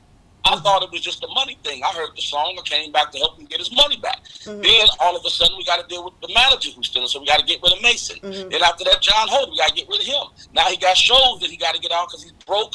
And now I got to do, so everything got dumped on me. I didn't come in knowing that the feds was looking for him. Lifetime was going to do all this shit. All I heard from the song, I admit, was I'm broke. I don't own my shit. And I was like, okay, I'm with that. Because I'm intelligent and had a team of people helping me. He dumped all that other shit in my lap. And I'm like, fuck. So I had to bring my mom in to help me because I didn't want to read another contract to him because every man who read a contract to him lied to him. So I'm like, June, you come in, you read the contracts. That's essentially all it was with them. Him and her had a great relationship because, he looked at her like a mother figure, and it was as simple as that. He hadn't had one of those since Lena McGlynn, and she's, got dementia and stuff right now. So that was the extent of their relationship. So, for me, didn't ask for that much, but I'm in here. He's going through shit. I couldn't leave him on the battlefield wounded. I'm like, damn, fuck all this shit, lifetime now. I've been in the business over 30 years. I'm 47. I ain't never been visible. I've always been in the back, but I can tell you productions to go look at and you'll see my name on there as associate producer. If you've been on my website, you won't even see my face because I don't put my name and shit. The only color that matters to me is green. I'm not trying to get visibility. This shit made that happen, and I wasn't asking for it. I didn't want to do that fucking interview outside of Biggs, but I was trying to distract them because they was trying to get his ass. They had set some little girls up in there to make it seem like he had some young women in there right after he just got out of jail for the dumbest shit, So I'm like going out there to say, okay, yeah, y'all, he gone. We snuck him out the back door, and they like, you're lying. He's still upstairs. I'm like, no, he gone. We snuck him out the back, and I'm leaving myself. So y'all know if I'm leaving, he got to be gone. Mm-hmm. And what happened? They all left. He got home quietly. You never saw nothing. That was the day they hit the O.J. Simpson, where everybody was going behind him in the helicopters. Yeah. You never saw Rob leave Biggs, now did you? On the news? No. Because I distracted them, and all them motherfuckers left because they saw me. So they thought, I saw the whole thing. I watched that whole thing, and I'm sitting there going, oh, look at Don, okay. I watched the whole thing. I was like, nah. And that's when I dropped My Brother's Keeper. But I don't think that people even understood that commentary. I'm like, you guys don't get it, but okay. Yeah. Like I said, just think about it. After my interview, did y'all see anything else about Rob that night? Nope. No. Because they all left. Yep. They pulled up. I doubled back around the block. By the time I got, it was about 20 media people out there when I walked out. When I left, they all left too. So he got home peacefully. Whatever they was trying to do to set him up, it didn't happen that night because I distracted them people. Mm-hmm. So whatever people want to say, I wasn't prepared to do an interview. What I said, I think I believe what I said. I'm not that nigga you my brother. Mm-hmm. I love you. And if you do some shit wrong, I'm going to address it. I'm going to say it. Mm-hmm. I'm not going to lead you astray or none of that shit. But, some of the things that I have peeked and was seeing, because now I'm deep in this water with this motherfucker, was not cool. Like, come on, dog. Fuck these bitches. Let's get down and come up with a strategy to get up out this shit. Let's get a website out so we can put the music out. Get your money back on where it's supposed to be. Fuck all this basketball and smoking cigars and people. Let's go handle some fucking business. Fuck this shit. And we argued a lot because of that. Rob, every night we go into basketball, bigs, and fucking, the gym and the eating shit. Man, fuck that. Let's get on some business. Let's get this shit you got out there. And that's not what the agenda was. So we did clash because now we know the machine ain't making no money outside of him going out doing shows. Mm-hmm. And the only tour he booked when I was around, the Lifetime had paid for it. I'm saying that was the show that they put together to show his career demise. Mm-hmm. So I'm out on the road watching this shit. I mean, it was the most disgusting shit that I ever seen at the top of the mountain. Rob is a top of the mountain artist, and he dealing with motherfucking subway shit. Right. And it was disgusting. Right. Very few people would have lived in that. And fortunately, I came up in the gutter too and made it out of it. So I'm one of them niggas that can survive in the subway. Mm-hmm. So it wasn't that far-fetched. That's why I was able to leave. That's why I didn't abandon the shit. Every day I went there, I was tired as fuck because I had worked in my office all day. They had to go to his fucking studio and sit up with that shit all night. It was a motherfucker. Like, it wasn't easy at all to get through this shit. And to have people coming at me like this shit, and now coming at my family and my son and shit, that's fucked up. It is. Like, fucked up ass shit. It's horrible and messed up, but yeah, you pushed her button and she did that, but that's how she's been fighting out here pretty much with everybody. If you're not doing what she's saying, if you don't move, here she comes with some stuff. And I was like, how do people believe, how do you want to even remotely believe a person like this? How? With a temper like this, with your fights. Yeah. The only thing that I see in you, not the only thing, but one of the things that I see is a humble fight. That was the first time that I really saw you come back aggressively, and that one there, it was time for it on the choke with that boy over there. But throughout all of your interviews and everything that you have done, and I'm sorry, a remarkable, humble fight. And that's how I felt when you first came out, and that's how I'm going to remain. I wish you nothing but the best with your case and continuing to help Mr. Kelly safe and the best that you know how, with the knowledge that you know how to do so. And that's where I stand. I appreciate it. Forensic said something about, I want to ask that is a good point he said about, why didn't Mr. Kelly should have been placing lawsuits. Mm-hmm. And honestly, that is right. Mm-hmm. I mean, because Tasha K said that best. She said, a lie unchallenged becomes the truth. Mm-hmm. And that's why I'm out here right now. That's why I got jumped up in that live yesterday with Chalk, because Texas Black Diamond told me that they was on. Mm-hmm. And she was like, Dog, you want me to speak on your behalf? And I'm listening to her, and she getting ate up, and I'm like, oh, fuck. Yeah. Let me get up. So I dived in, I wouldn't plan on doing that shit. You know what I mean? I would have sat and Well, watched I them don't know if stop. it was his calling or whatever, but it was perfect and it was right on time. You have been nothing but humble on everybody's Q&A out here. I'm sorry, and at some point it's like, I'm in the muddy shoes today. Y'all want this work today? You gonna get it? Cause sometimes people don't grasp and understand a lot of things when you stay humble. Sometimes you Right, have to put that one goddamn word out there and then shut the fuck up. Goddamn, I'm sick of right, this shit. right. And you Yeah, did that. You really did that. But like I say, when I saw you, I was like, nah, this man is real. You don't come out here. I don't care who it is. He could have been Kingdom Come, or he could have owned the damn country. I wouldn't care. You had a lot to risk. What about your son? yeah, Your mom yeah. needs taken care of. She's what about what do you mean to tell me he just jumped out of thin air and was like, well shit, fuck it. I'm just gonna go get myself locked up for a nigga. Where they do Right, that at? right, That right, doesn't make right. sense to me. That doesn't make sense to me. So if this is something that you had to take a chance that you felt in your heart about doing for Mr. Cali and it cost you some repercussions behind it, right? Right. This is the thing, though. I don't believe that I was summoned to just do this for Kelly.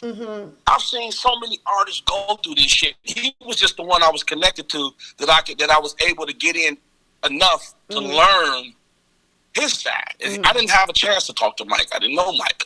Michael Jackson, that is. I didn't have a chance to talk to TLC. I didn't know them. I didn't have a chance to talk to Sam Cooke, Prince. Didn't know any of those guys. But I know Robert. We grew up together in the subway. So to hear it from his mouth, and I had already been through so much shit in the industry with As Yet, with B2K, all those groups, New Edition.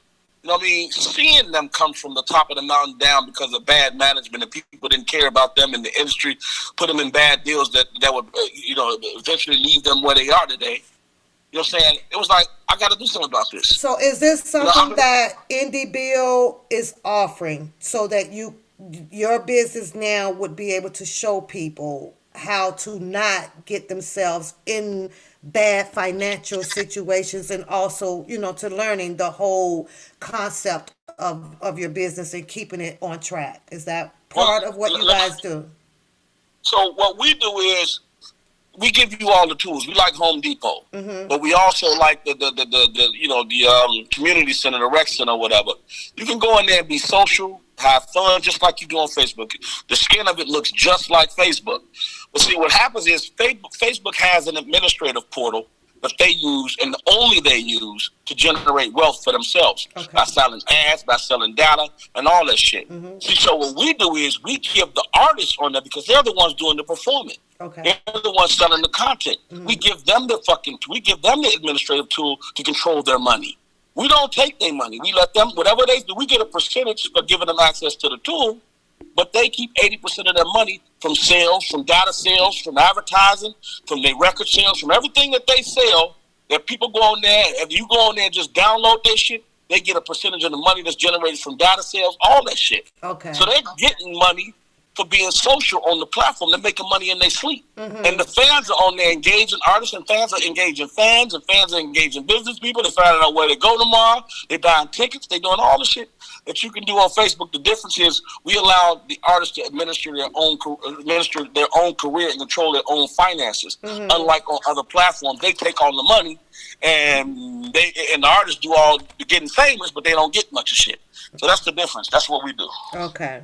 Interesting. Well, you can sure share that over there to so, because he needs some business and money over there. But yeah, with everything that's going on right now on Facebook with sharing people's information, they're a public company. We don't do that. It's all privately held. We ain't giving the Fed shit. All of your information stays your information.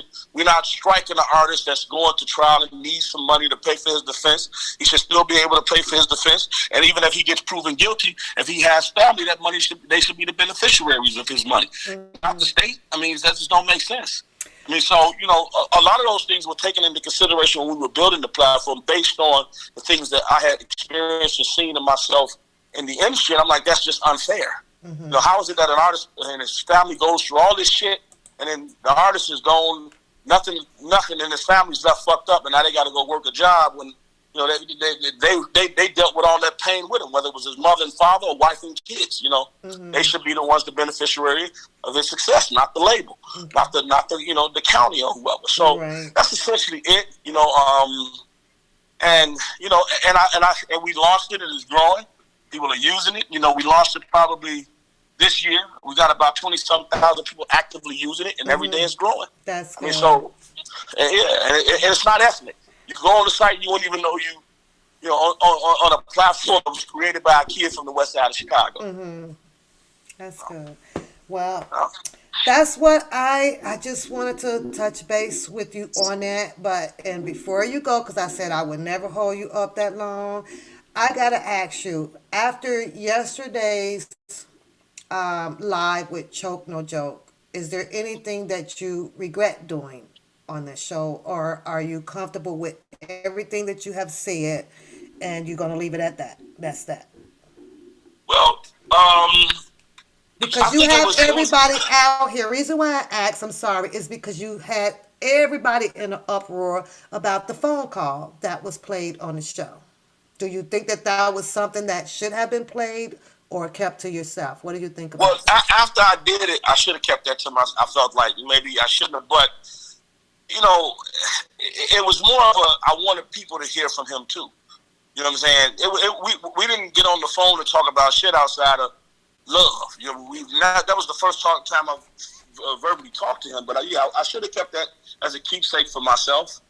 But I do think that people hearing his voice made maybe a few people feel better. That's what I thought, because everybody was out here. Well, he don't talk to you. He don't do this. He don't talk to you. So everybody was like, well, prove it. Well, prove it. But then you show the proof, and it was like, oh shit. And the reason why I think that they got their panties in a bunch is because they say that Mr. Kelly ended up where one of his rules was he was not supposed to be having contact or something on the phones or this or that. But I'm like, well, what? See, I don't know if that's true because his lawyers are present. You know what I'm saying? And why would his lawyers do something that's gonna get him in a bad situation? You feel what I'm saying? Yeah, that's true. That's true. The lawyers are present. I mean, he didn't call me on no sneak tip on no shit like that. The lawyers are present. So the car happened. And that was it. So I wasn't thinking about the people who said I've had that shit since he got out. I could have been played that, but people wanted to hear from him to make sure that, because what I read was how did he sound? How was he doing?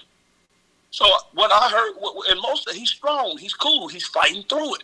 Rob has been in the gutter before. He'll figure a way out of this shit. And he the one motherfucker that can handle what he's going through right now. I'm saying he's the one artist that came up with so little. Trapped in the closet his whole life because he's been molested from a childhood age. That's never been dealt with. He's dealing with all that now. So he needed time to himself to deal with some of those inner things. I'm sorry, let me rephrase that. I believe that he needed that time to himself. Okay. And for the fact of what's happening, maybe it's not safe. Maybe it's safe to say that God believed it, put him there so he can deal with Robin. Maybe it's safe to say that. But, who knows what the truth is? I know he's playing everything that he did throughout his career back in his mind. I've been in a situation for 6 months. I have to spend time up in that motherfucker, and that shit is not, you reflect. That's all you do at night is reflect. Yeah, you do. You reflect. You do. You do that, but you also try to draw you out a new blueprint. You know what I mean? Mentally, it kind of puts you on focus, and hopefully you can get yourself connected to someone when you're in there. You usually do. That will give you some ideas on a new foundation, because you know how it goes. I know how it goes in there, and you should try it. Well, you should did this, and some ideas you can take and run with it to make yourself a lot better. Yeah, I wrote the business plan to Indie Bill while I was in there. There you go. It's possible. I wrote the business plan for Indie Bill, and I got out of that motherfucker. I was broke. I'm saying that I had shit. Maybe an income tax check on the way. I took that check, went to school. I went to Phoenix University to learn computer science. And while I was there, I hadn't even got to that computer science class yet. And my instructor was like, for the final assignment to get past and go to the next class, I want everybody to write a business plan. Now, everybody, it was 20-some people in the class, and everybody had groups. So I might have been in a group of 3 or 4 other people. So I told everybody, said, listen, I already wrote a business plan, which I had wrote it in when I was locked up. I didn't know that my teacher was a frustrated musician. He could play the fuck out of the piano, and he could sing. His name was David Yabita. And he also owned a real estate company. So I turned the plan in, and after class, the final class where we got our grade, he stopped me. He said, Don, this business plan, is this something that you can make happen? And I was like, yeah, hell yeah. He said, what do you need to get started? I said, well, shit, I need about 60 grand. He cut me that fucking check. He gave me 40,000, waited a couple months to see how I was spending, gave me another 20,000. That led to me raising 2.7 million. Put into that platform to open the offices up and to get things going. And now I got a 50,000 square foot building. We're building this thing out. We're making it bigger. And that's just how it works. So you can come out of that place with something greater than you went into it with. And that was because I sat down long enough to listen to what God was trying to tell me. And part of what he was telling me was, leave fucked up people. The people that led you to this bitch, leave them alone. I put all this great shit in you, and you're ignoring it because of whatever. Distracted. Like you say, distracted. They kept them distracted. They kept them distracted. Exactly. It's like what, feeding the worst crackhead out here drugs. Just keep giving to him. Just keep giving to him. And he'll be the one that's looking out for you. Just, as you trying to break into a house, all you got to do is give him crack. He'll watch it for you. They was just feeding him. They fed him. They fed him blind.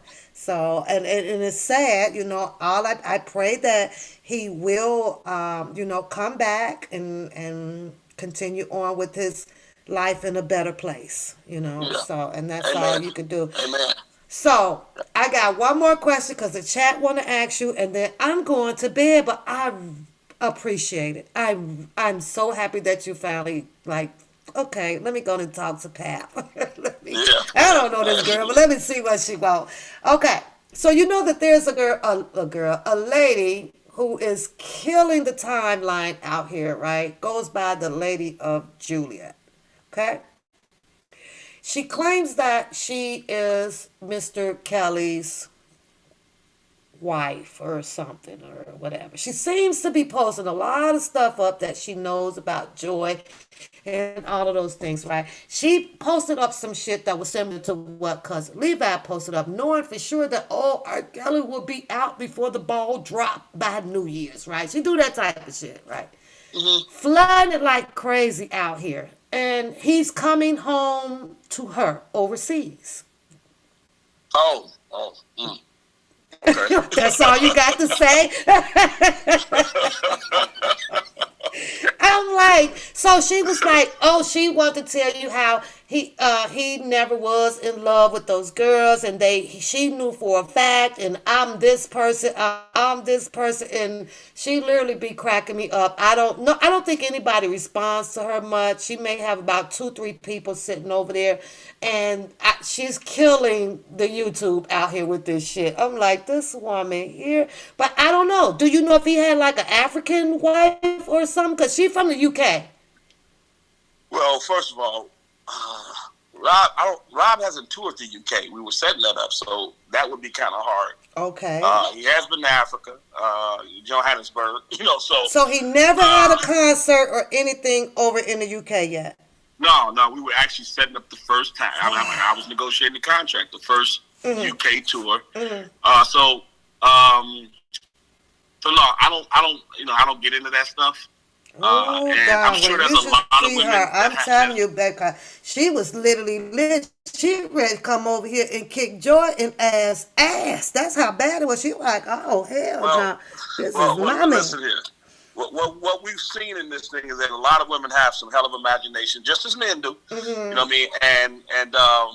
And we've seen how those imaginations could lead them to saying and doing some foolish stuff. So I mean, if she's a super diehard fan, it's no different from a lot of the we just wanted to see if you can verify that he is not legally married. And she says they've been married, I think, for 3 years. Nah, hell Okay, no. so you know for Nah. sure, or his fiance, that he does not have. She says she talks to all the attorneys, everything. I'm like this. Wow. I Yeah, think but that's Sharon. I think that's Sharon you think posing that as might so be she, yeah, she so oh. she get kicked out the camp, so she got to find another way back in. So Oh maybe my so. God. Oh, now She you is a know. fucking stalker. God damn it. Well, right now this week you got two stalkers, cause Bookham over there riding your ass pretty tough, boy, riding your ass. I'm like That's this right. boy here. I whatever, do your thing. Yeah. But You know, I hold on. You asked me a question. okay. I take that back. The What? question you asked me is there anything that I wish I would have did differently? Yes. And the answer to that is yeah. What I should have did when he was talking, I had a nice bag of popcorn sitting over there on my bar. I should have grabbed that popcorn and started eating it and looking at it like I was watching a horror film. That's how I would have done too. That's how I would have done. Okay, but wait a minute, Don. One more. And I should have got up and started clapping.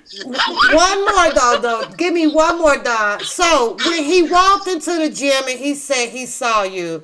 Now keep it real, Don, because I understand if you would have been scared of him or something. But I just want to know. Was he really finna knock you out? Like he said that he looked you dead in your eyes, and was he finna like he was finna knock you out? First of all,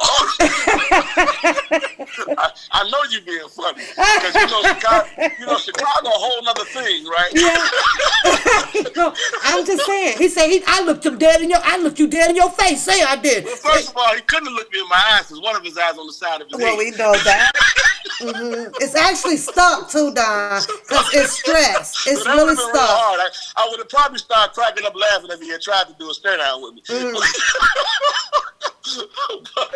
but no, he did not. All that's fake, fictitious make believe. First of all, whenever I went to the gym, I had 3 or 4 of my brothers, and every last one of them did penitentiary time. So I took them because I took my team. It wasn't because of nothing, because we would always play against Rob's team. So I would take my team there to play against his team. So that's first and foremost.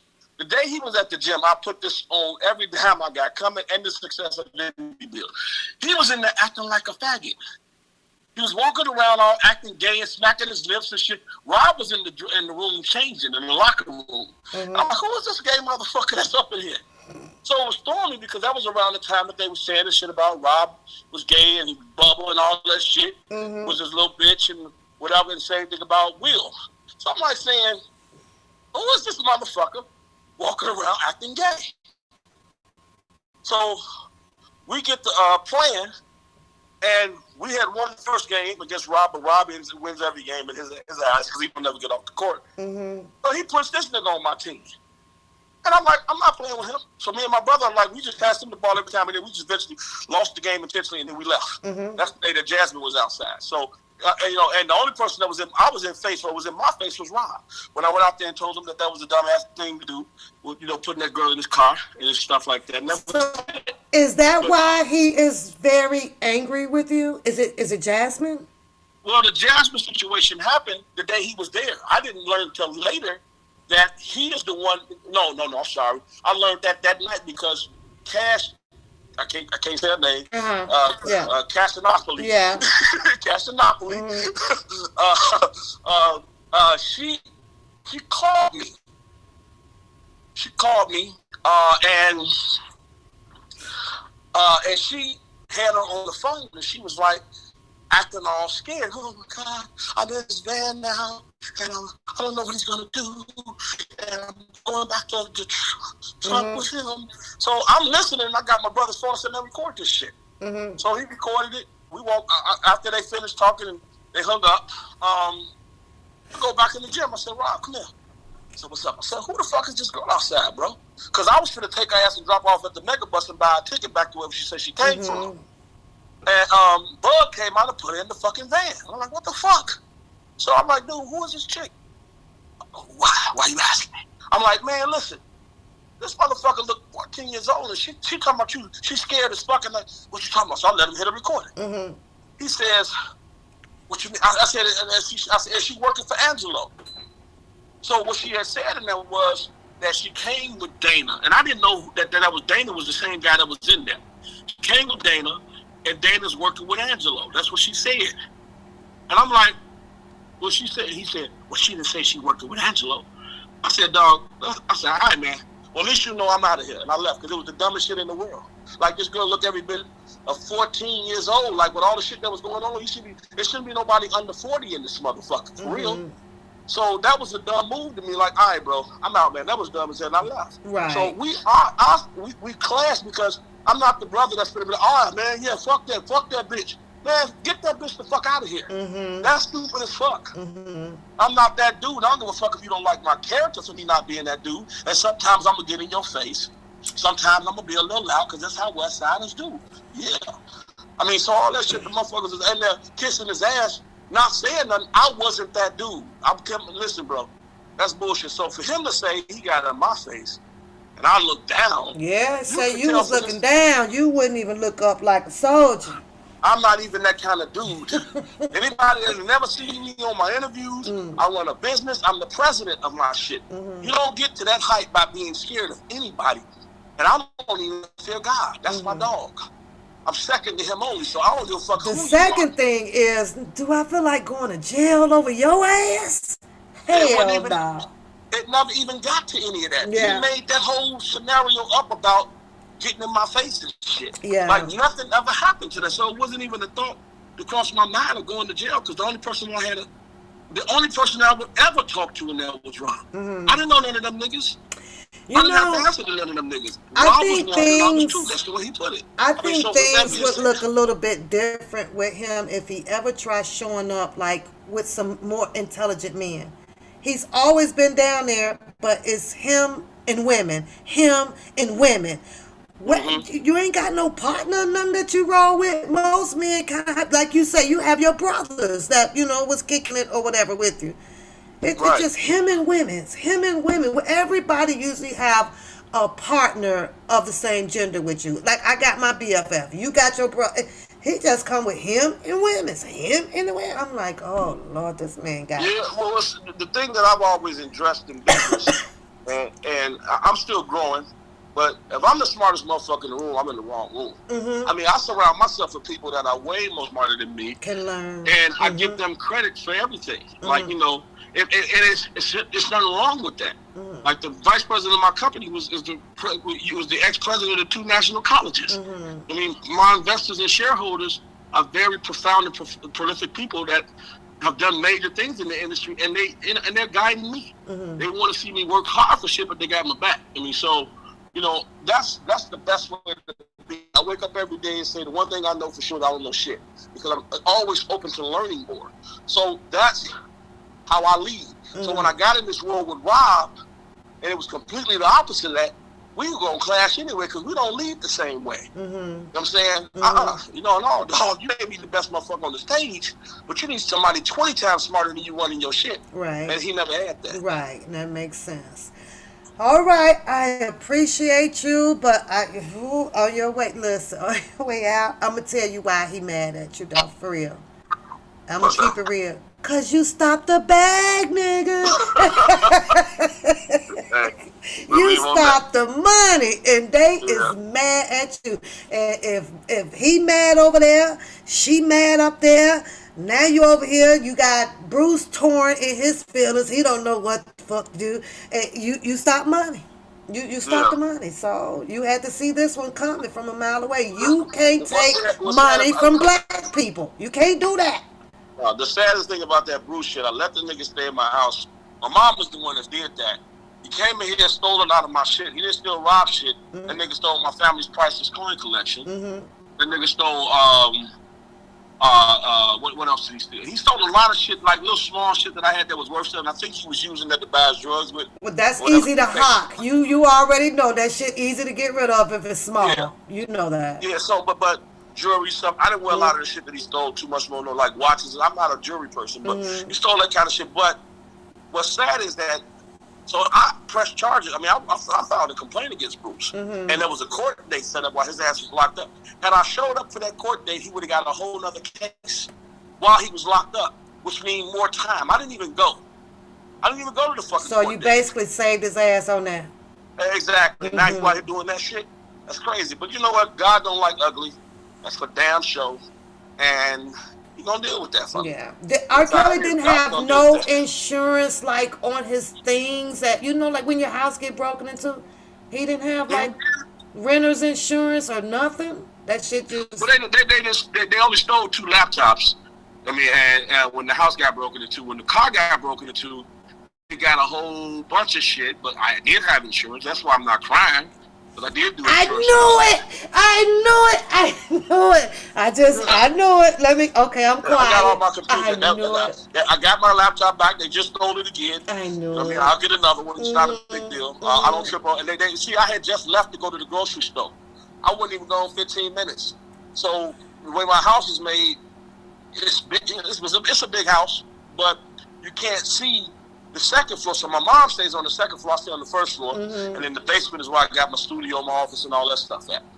So you can't see like the second floor. And my mom normally works in her office or goes in a room and stuff like that. But you can't see the lights because she got all the blinds on. So whoever it was thought I was gone for good, and they went on in. They busted the basement window open and went in through the window, and all they had time to steal and whoever it was also was somebody that knew the inside of my house because I got cameras set up all in the front and everything. So they knew how to avoid the cameras, and they knew that there's a camera in the studio, but it's faced in the direction of the stairs, like anybody coming down the stairs. So I got more cameras put up now, so I ain't worried about that the next time. The insurance is going to cover everything that was stolen, so I'm not tripping on that. I knew that's why you was humble. I was like, shit, got my insurance on it. I knew it. Listen, to these people, I'm the dumbest person out here, but shit, I don't think so. But, okay, don't tell us no more. I'm going to let you go on with your night. I appreciate laughing with you. Unless you got something else you want to talk to them about. No, I'm good, man. I'm good. Does anybody have a quick question they want to ask? Okay, let me see. Who got a question for him? Who got a question for Don? I'm only going to take 1 or 2. That's it. Just give us 2. That's what Stephanie. Stephanie asked the question. Okay. Yeah, Don, what's up with your sister? What's up with your sister? Okay. It's real simple. We didn't grow up in having the best relationship. You know what I mean? We didn't. But I performed a lot as a kid. Me and my cousin, which is like my brother, we tap danced a lot. So me and my sister didn't have that brotherly sister relationship because I've been tapping in the subway since the age of 7. You know what I'm saying? And she was too pretty to be there, and my grandmother never thought, so they kind of raised her and spoiled her. My sister kind of dated guys that weren't on the executive side of the law. They were on the other side. So she went down that path as a kid. And I did Broadway, I did tap school and all that stuff, with touring. So we grew apart. And I didn't realize that some of the things that I was achieving, like being in Riverdance, doing the stint at Disneyland, going out of the country, was pushing buttons, was upsetting her, because my mom would brag about that. My mom didn't know about the stuff that I was going through that was painful when I was out of the country in California, but she knew about the successes. So that was just pissing her off, and she never wanted a little brother. And that hatred is what she holds in her heart.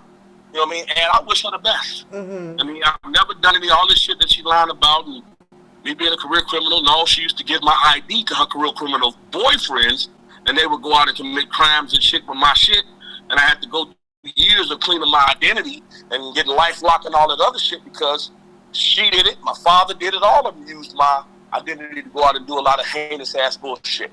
Now the thing that I went to jail for was selling weed. I did. Sold a little weed, got caught, never did it again. I was over 20 something, but the shit that she, and that was only one time. She's talking about all this, stuff is just retarded, and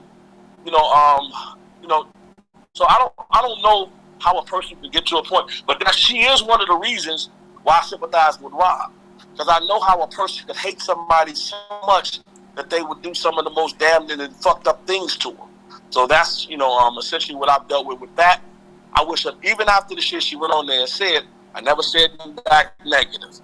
Still wish her the best to this day. Yeah, you did. I hope that she deals with whatever's in her heart directly with God. But she lost out on 2 relationships. One with me, her brother, her little baby brother, and her mother. Oh, wow. So, because of that hatred. So, with that being said, and her saying some of the stuff she said about my mom, God don't forgive shit like that. My grandmother rolled it in her grave because that's a whole lie. I mean, how can you ever paint the picture that we had a family that allowed any of that shit to happen? Like, my family owned grocery stores. They owned restaurants. They were the first black family on a block called Billionaire Belizean Row. We still own that property to this day. You know what I'm saying? They accomplished a lot of shit, and she's clouding that with this bullshit. So that was the first version of what made me feel some kind of way about helping R. Kelly, because I've been down that road with a sister that'll drag you through the mud and make you look like shit when you ain't done nothing to her. So that's what the situation was. I hope that answers your question. Okay, now you had let me see who put this in, because I kind of want to know this one. How did you get Carrie and to back with his brother? So what happened was, when Bruce was here, we were all sitting down trying to come up with a plan to do a docuseries on the family. But Bruce wasn't lying about that. We had a nice name for it. It wasn't what he said. And all of us were supposed to play a part. Bruce was supposed to play the part of getting all of the people at the school together and the family and friends. Carrie is the musician. Carrie cold. That nigga got bars, man. He cold with the rap game, but also I kept saying, Bruce, the story ain't complete unless we get Carrie. Now, from the get, he was against Carrie becoming a part of this. And I said, Bruce, we can't do shit unless we got Carrie. So I would fly back in. Bruce, you talked to Carrie yet? No. Nah, man, I went out here trying to do shit. And I'd be like, listen, bro, I said, if we got you and Carrie together, and Rob knows that, he's going to be pleased that the brothers are together, and that'll entice him to working with you guys too. I didn't know that they had the history that they had. So anyway, something came up where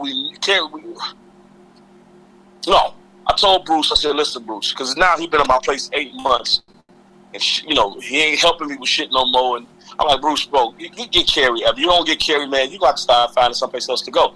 You coming in here, he had got some money from that scamming them people.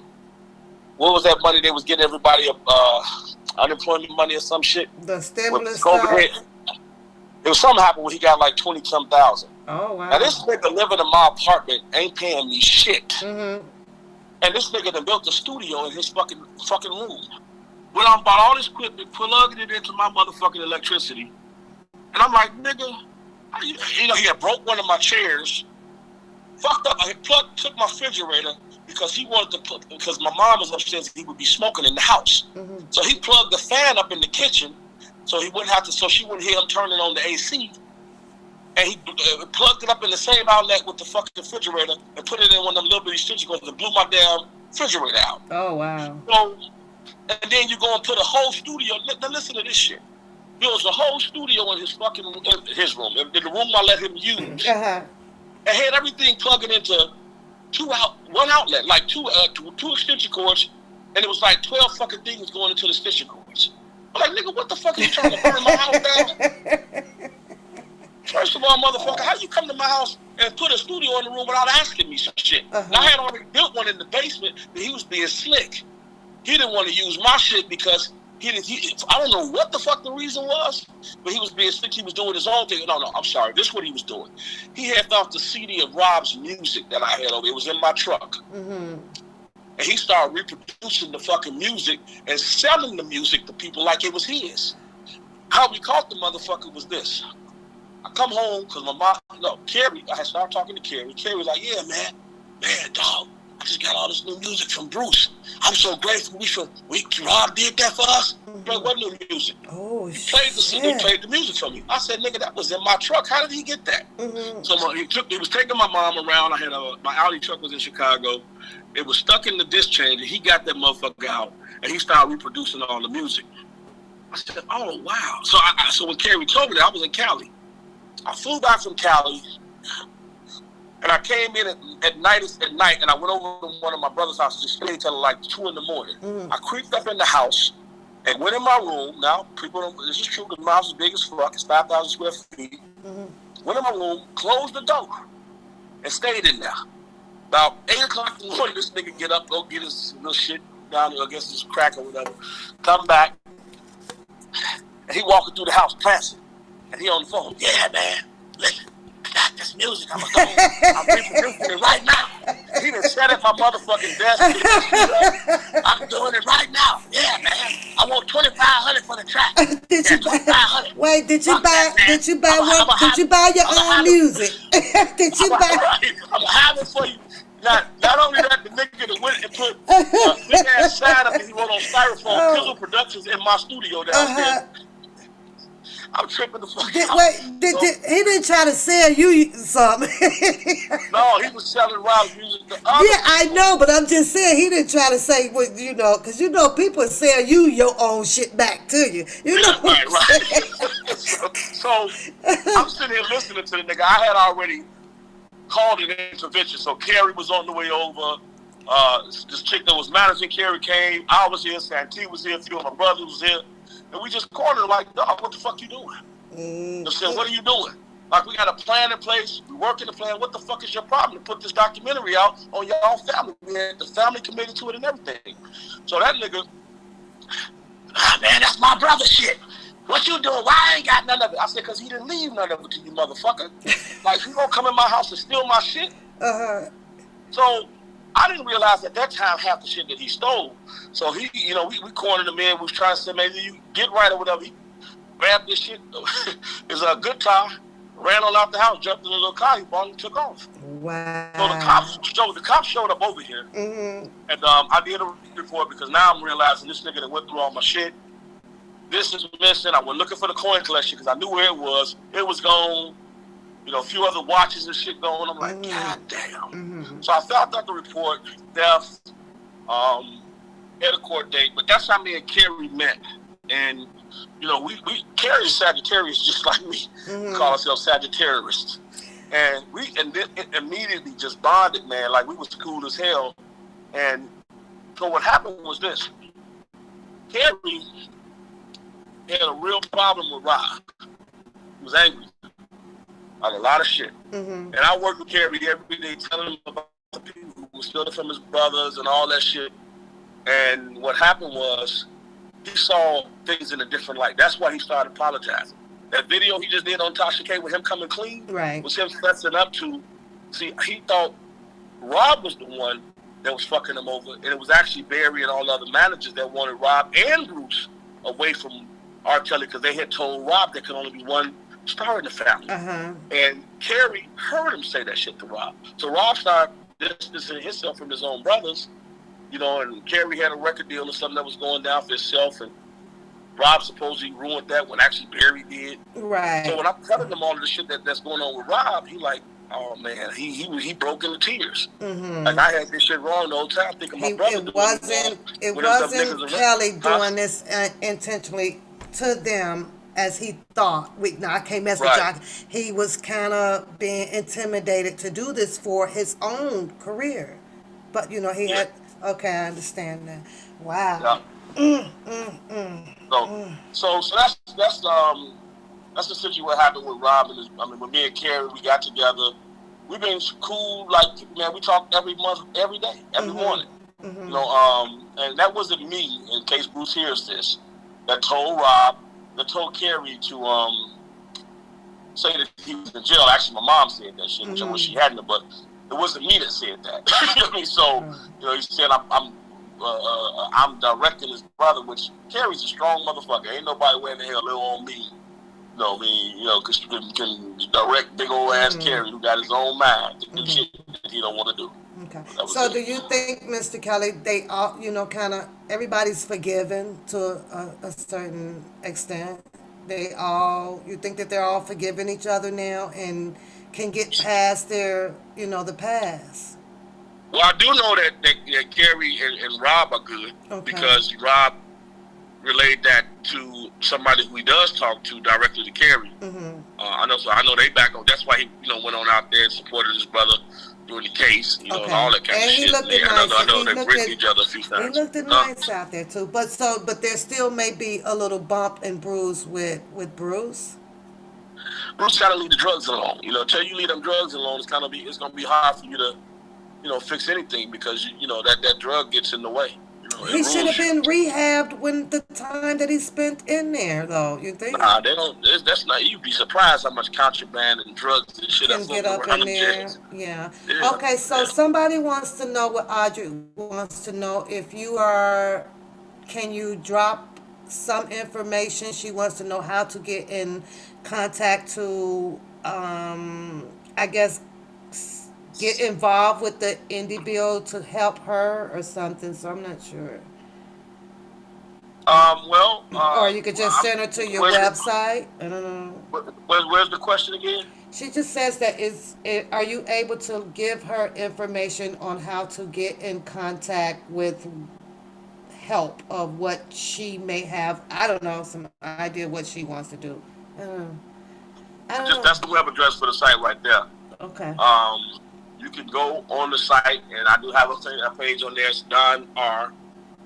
Reach me on there, and just leave me a message, and I'll respond right away to the message, and whatever you need to ask me, we can go from there. I mean, if it's music related and stuff like that, I can answer any of those questions.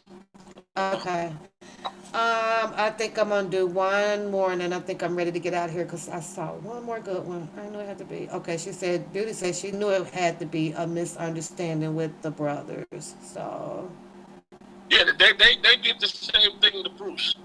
I mean, they got rid of Bruce because Kerry was more defiant. Kerry would whoop your ass. Like, he choked the shit out of Barry Hankerson. Mm-hmm. So after that, he was marked for death. Bruce, they could use Bruce a little differently because he had that problem. So they put that money up there.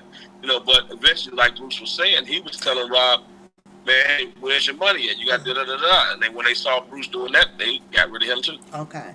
One more, and it's a funny one. You can answer how you want, but unapologetic been pushing this question in here. She said that she just wants to know if you have an answer to whatever happened to the infamous washer and dryer with that break-in. She said she just got it out. The washer and dryer from the. Everybody been like, what? I don't know. It's just a joke that they like to talk about. Because Mr. Kelly did the video, and he was like, they even took my washer and dryer out their house in Atlanta. I don't know. And what do you think about that stuff is still, the rest of this stuff is in lockup.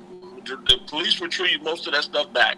Okay. It's still in a warehouse in a holding facility in Atlanta. That was one of the things that we was trying to work out getting done when Rob was out. But of course, once he went in, that shit just Okay. All right. I cannot understand that. That questioned me too. Like, I'm like, was the property rentals because of him not knowing if he wanted to be permanently stationary in a place? What? Who? Yeah, they were temporaries. They were temporary rentals. He was leasing those places. But my question is, though, it was done that way because being a celebrity, you never know how long you want to be in one spot, right? Yeah, it's like athletes. They lease these places out, and and it's when you lease them, it's a tax write-off. Okay. I mean, so that's what that was. And where is that little dune buggy looking car that Azarel now was driving around with on Michigan Avenue? It's in storage. Okay, that's put up too. Okay, so he still have some valuables that belong to him that is put up and safe. You got all of those masters are his, and they're gonna sit there. No, I'm talking about all all the like the lamps and the couches and stuff. I mean, it's not. No, Rob's got a big warehouse full of shit. Okay. I mean, that warehouse is still full with furniture and there's tour buses out there. All that stuff is still there. So all that stuff in the warehouse. So that stuff, that's what I was talking about. I don't care the music and stuff. Like you said, you got it put where it's in a cold place. It can't nothing hurt it or harm it. And whatever it is, Mr. Kelly, get out. Like, you answered that question. Yes. Right. You have all the stuff back. You move on with your life and you guys do what you do. But I wish you the best of luck. I pray that everything goes as well with what you have to deal with. And I am going to stand right here behind you like I always did without even knowing you. But through prayer and spirit, I think that you did everything that you could possibly do, even though there was some mishaps and bumps in the road. And I believe that it was for Mr. Kelly. I believe that you came in for him. And I'm sorry. That's just how I see it. Thank you. I do. All right. All right. All I right. thank you. So Yeah. you have a good night. Y'all say bye, Don. Peace out. See y'all later. Bye bye. Bye bye.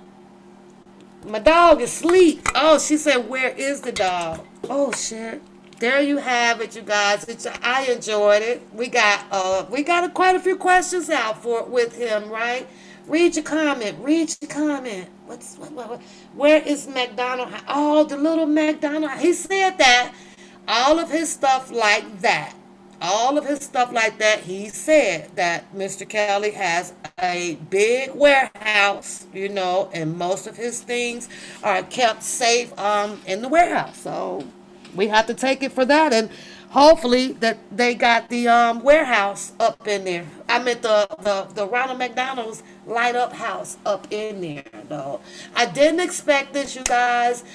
We're over here, we was venting. I wanted to read some of your opinions in the chat for what we were talking about, but I really, really appreciate it for Don Russell showing up on the chat and kind of clarifying a few things over here and laughing with us. He come and laugh with us anytime he wants to, just because, I'm about a person staying highly lifted even with the situation that they have to go through. So you say Teddy got downtime. Shut up, Shannon. You so silly. You is so silly. So Audrey, I hope that answered your question. Unapologetic, I hope that answered your question. And I forgot who else had a question. So I hope I kind of got all of them due, but it is pushing 12. Y'all know me. I got to get up at 7. I don't know, y'all. Should I go to work Saturday and Sunday? I'm on vacation technically. Friday at 7 p.m. Thank you, thank you, thank you, Deja. Thanks for hanging out with me too, Miss Brown. Thank you, guys. Thank you. Hopefully, the likes or the thumb down will go up once we end the live, or it'll go down once we end the live. But I do appreciate if everybody on your way out will go ahead and score the chat, a thumb up or a thumb down. Score that. I appreciate that, you guys. So it was unexpected, but I think that I enjoyed it, and I hope that you guys enjoyed it as well. I know he's got to be exhausted. He's been telling the same story like over and over and over and over. So we'll see where it goes. We'll see where it goes. Reminder, you guys. Don Russell does not have another conference hearing until January, and I believe that they have a proposed schedule trial date set for May 23rd, which is a couple of days after Mr. Robert Sylvester Kelly would be heading back in to see Judge Donnelly, okay? And then we'll have to wait and see what's going to be going on in Chicago. The paperwork has it written up that he will start in Chicago 3 months after he's done with Judge Donnelly in May. So we're talking about May, June, July, August of 2022. So prayers up, and free R. Kelly. And we're going to wish and pray for Don Russell on his journey. We've learned that the other guy just got hit with, 8 years, yada, yada, yada. I'll be here Saturday night, you guys. Something a little bit different. Commentary and stuff in 2020, revamping the channel, you guys. So, with that being said, I got to get up out of here. So give the person above you a heart, give the person below you a heart, and don't forget to show some love for one papoose, you guys. Appreciate you. Now I got to go. I ain't got no music on the way out, so you say tell Queen. We gonna tell Queen. I don't know. He says that he don't have a fiance. So, hey, PZ, I didn't see your APZ. I'm sorry. Hello. Okay. Shannon, I see you later. We're going to finish up some book reading. And I literally had so much stuff to show you guys tonight. But Saturday night, I will be here I don't care who's live anymore. Can't wait on it. Can't do it. Cause I'm on a time too, you guys. We're all on a time thing. So if you're here, you're here, and if you're not, you're not. Just know that if you're not here, I have to love you from afar, cause the show must still go on. I gotta do what I gotta do over here, right? Thanks for showing up, you guys. Bye bye.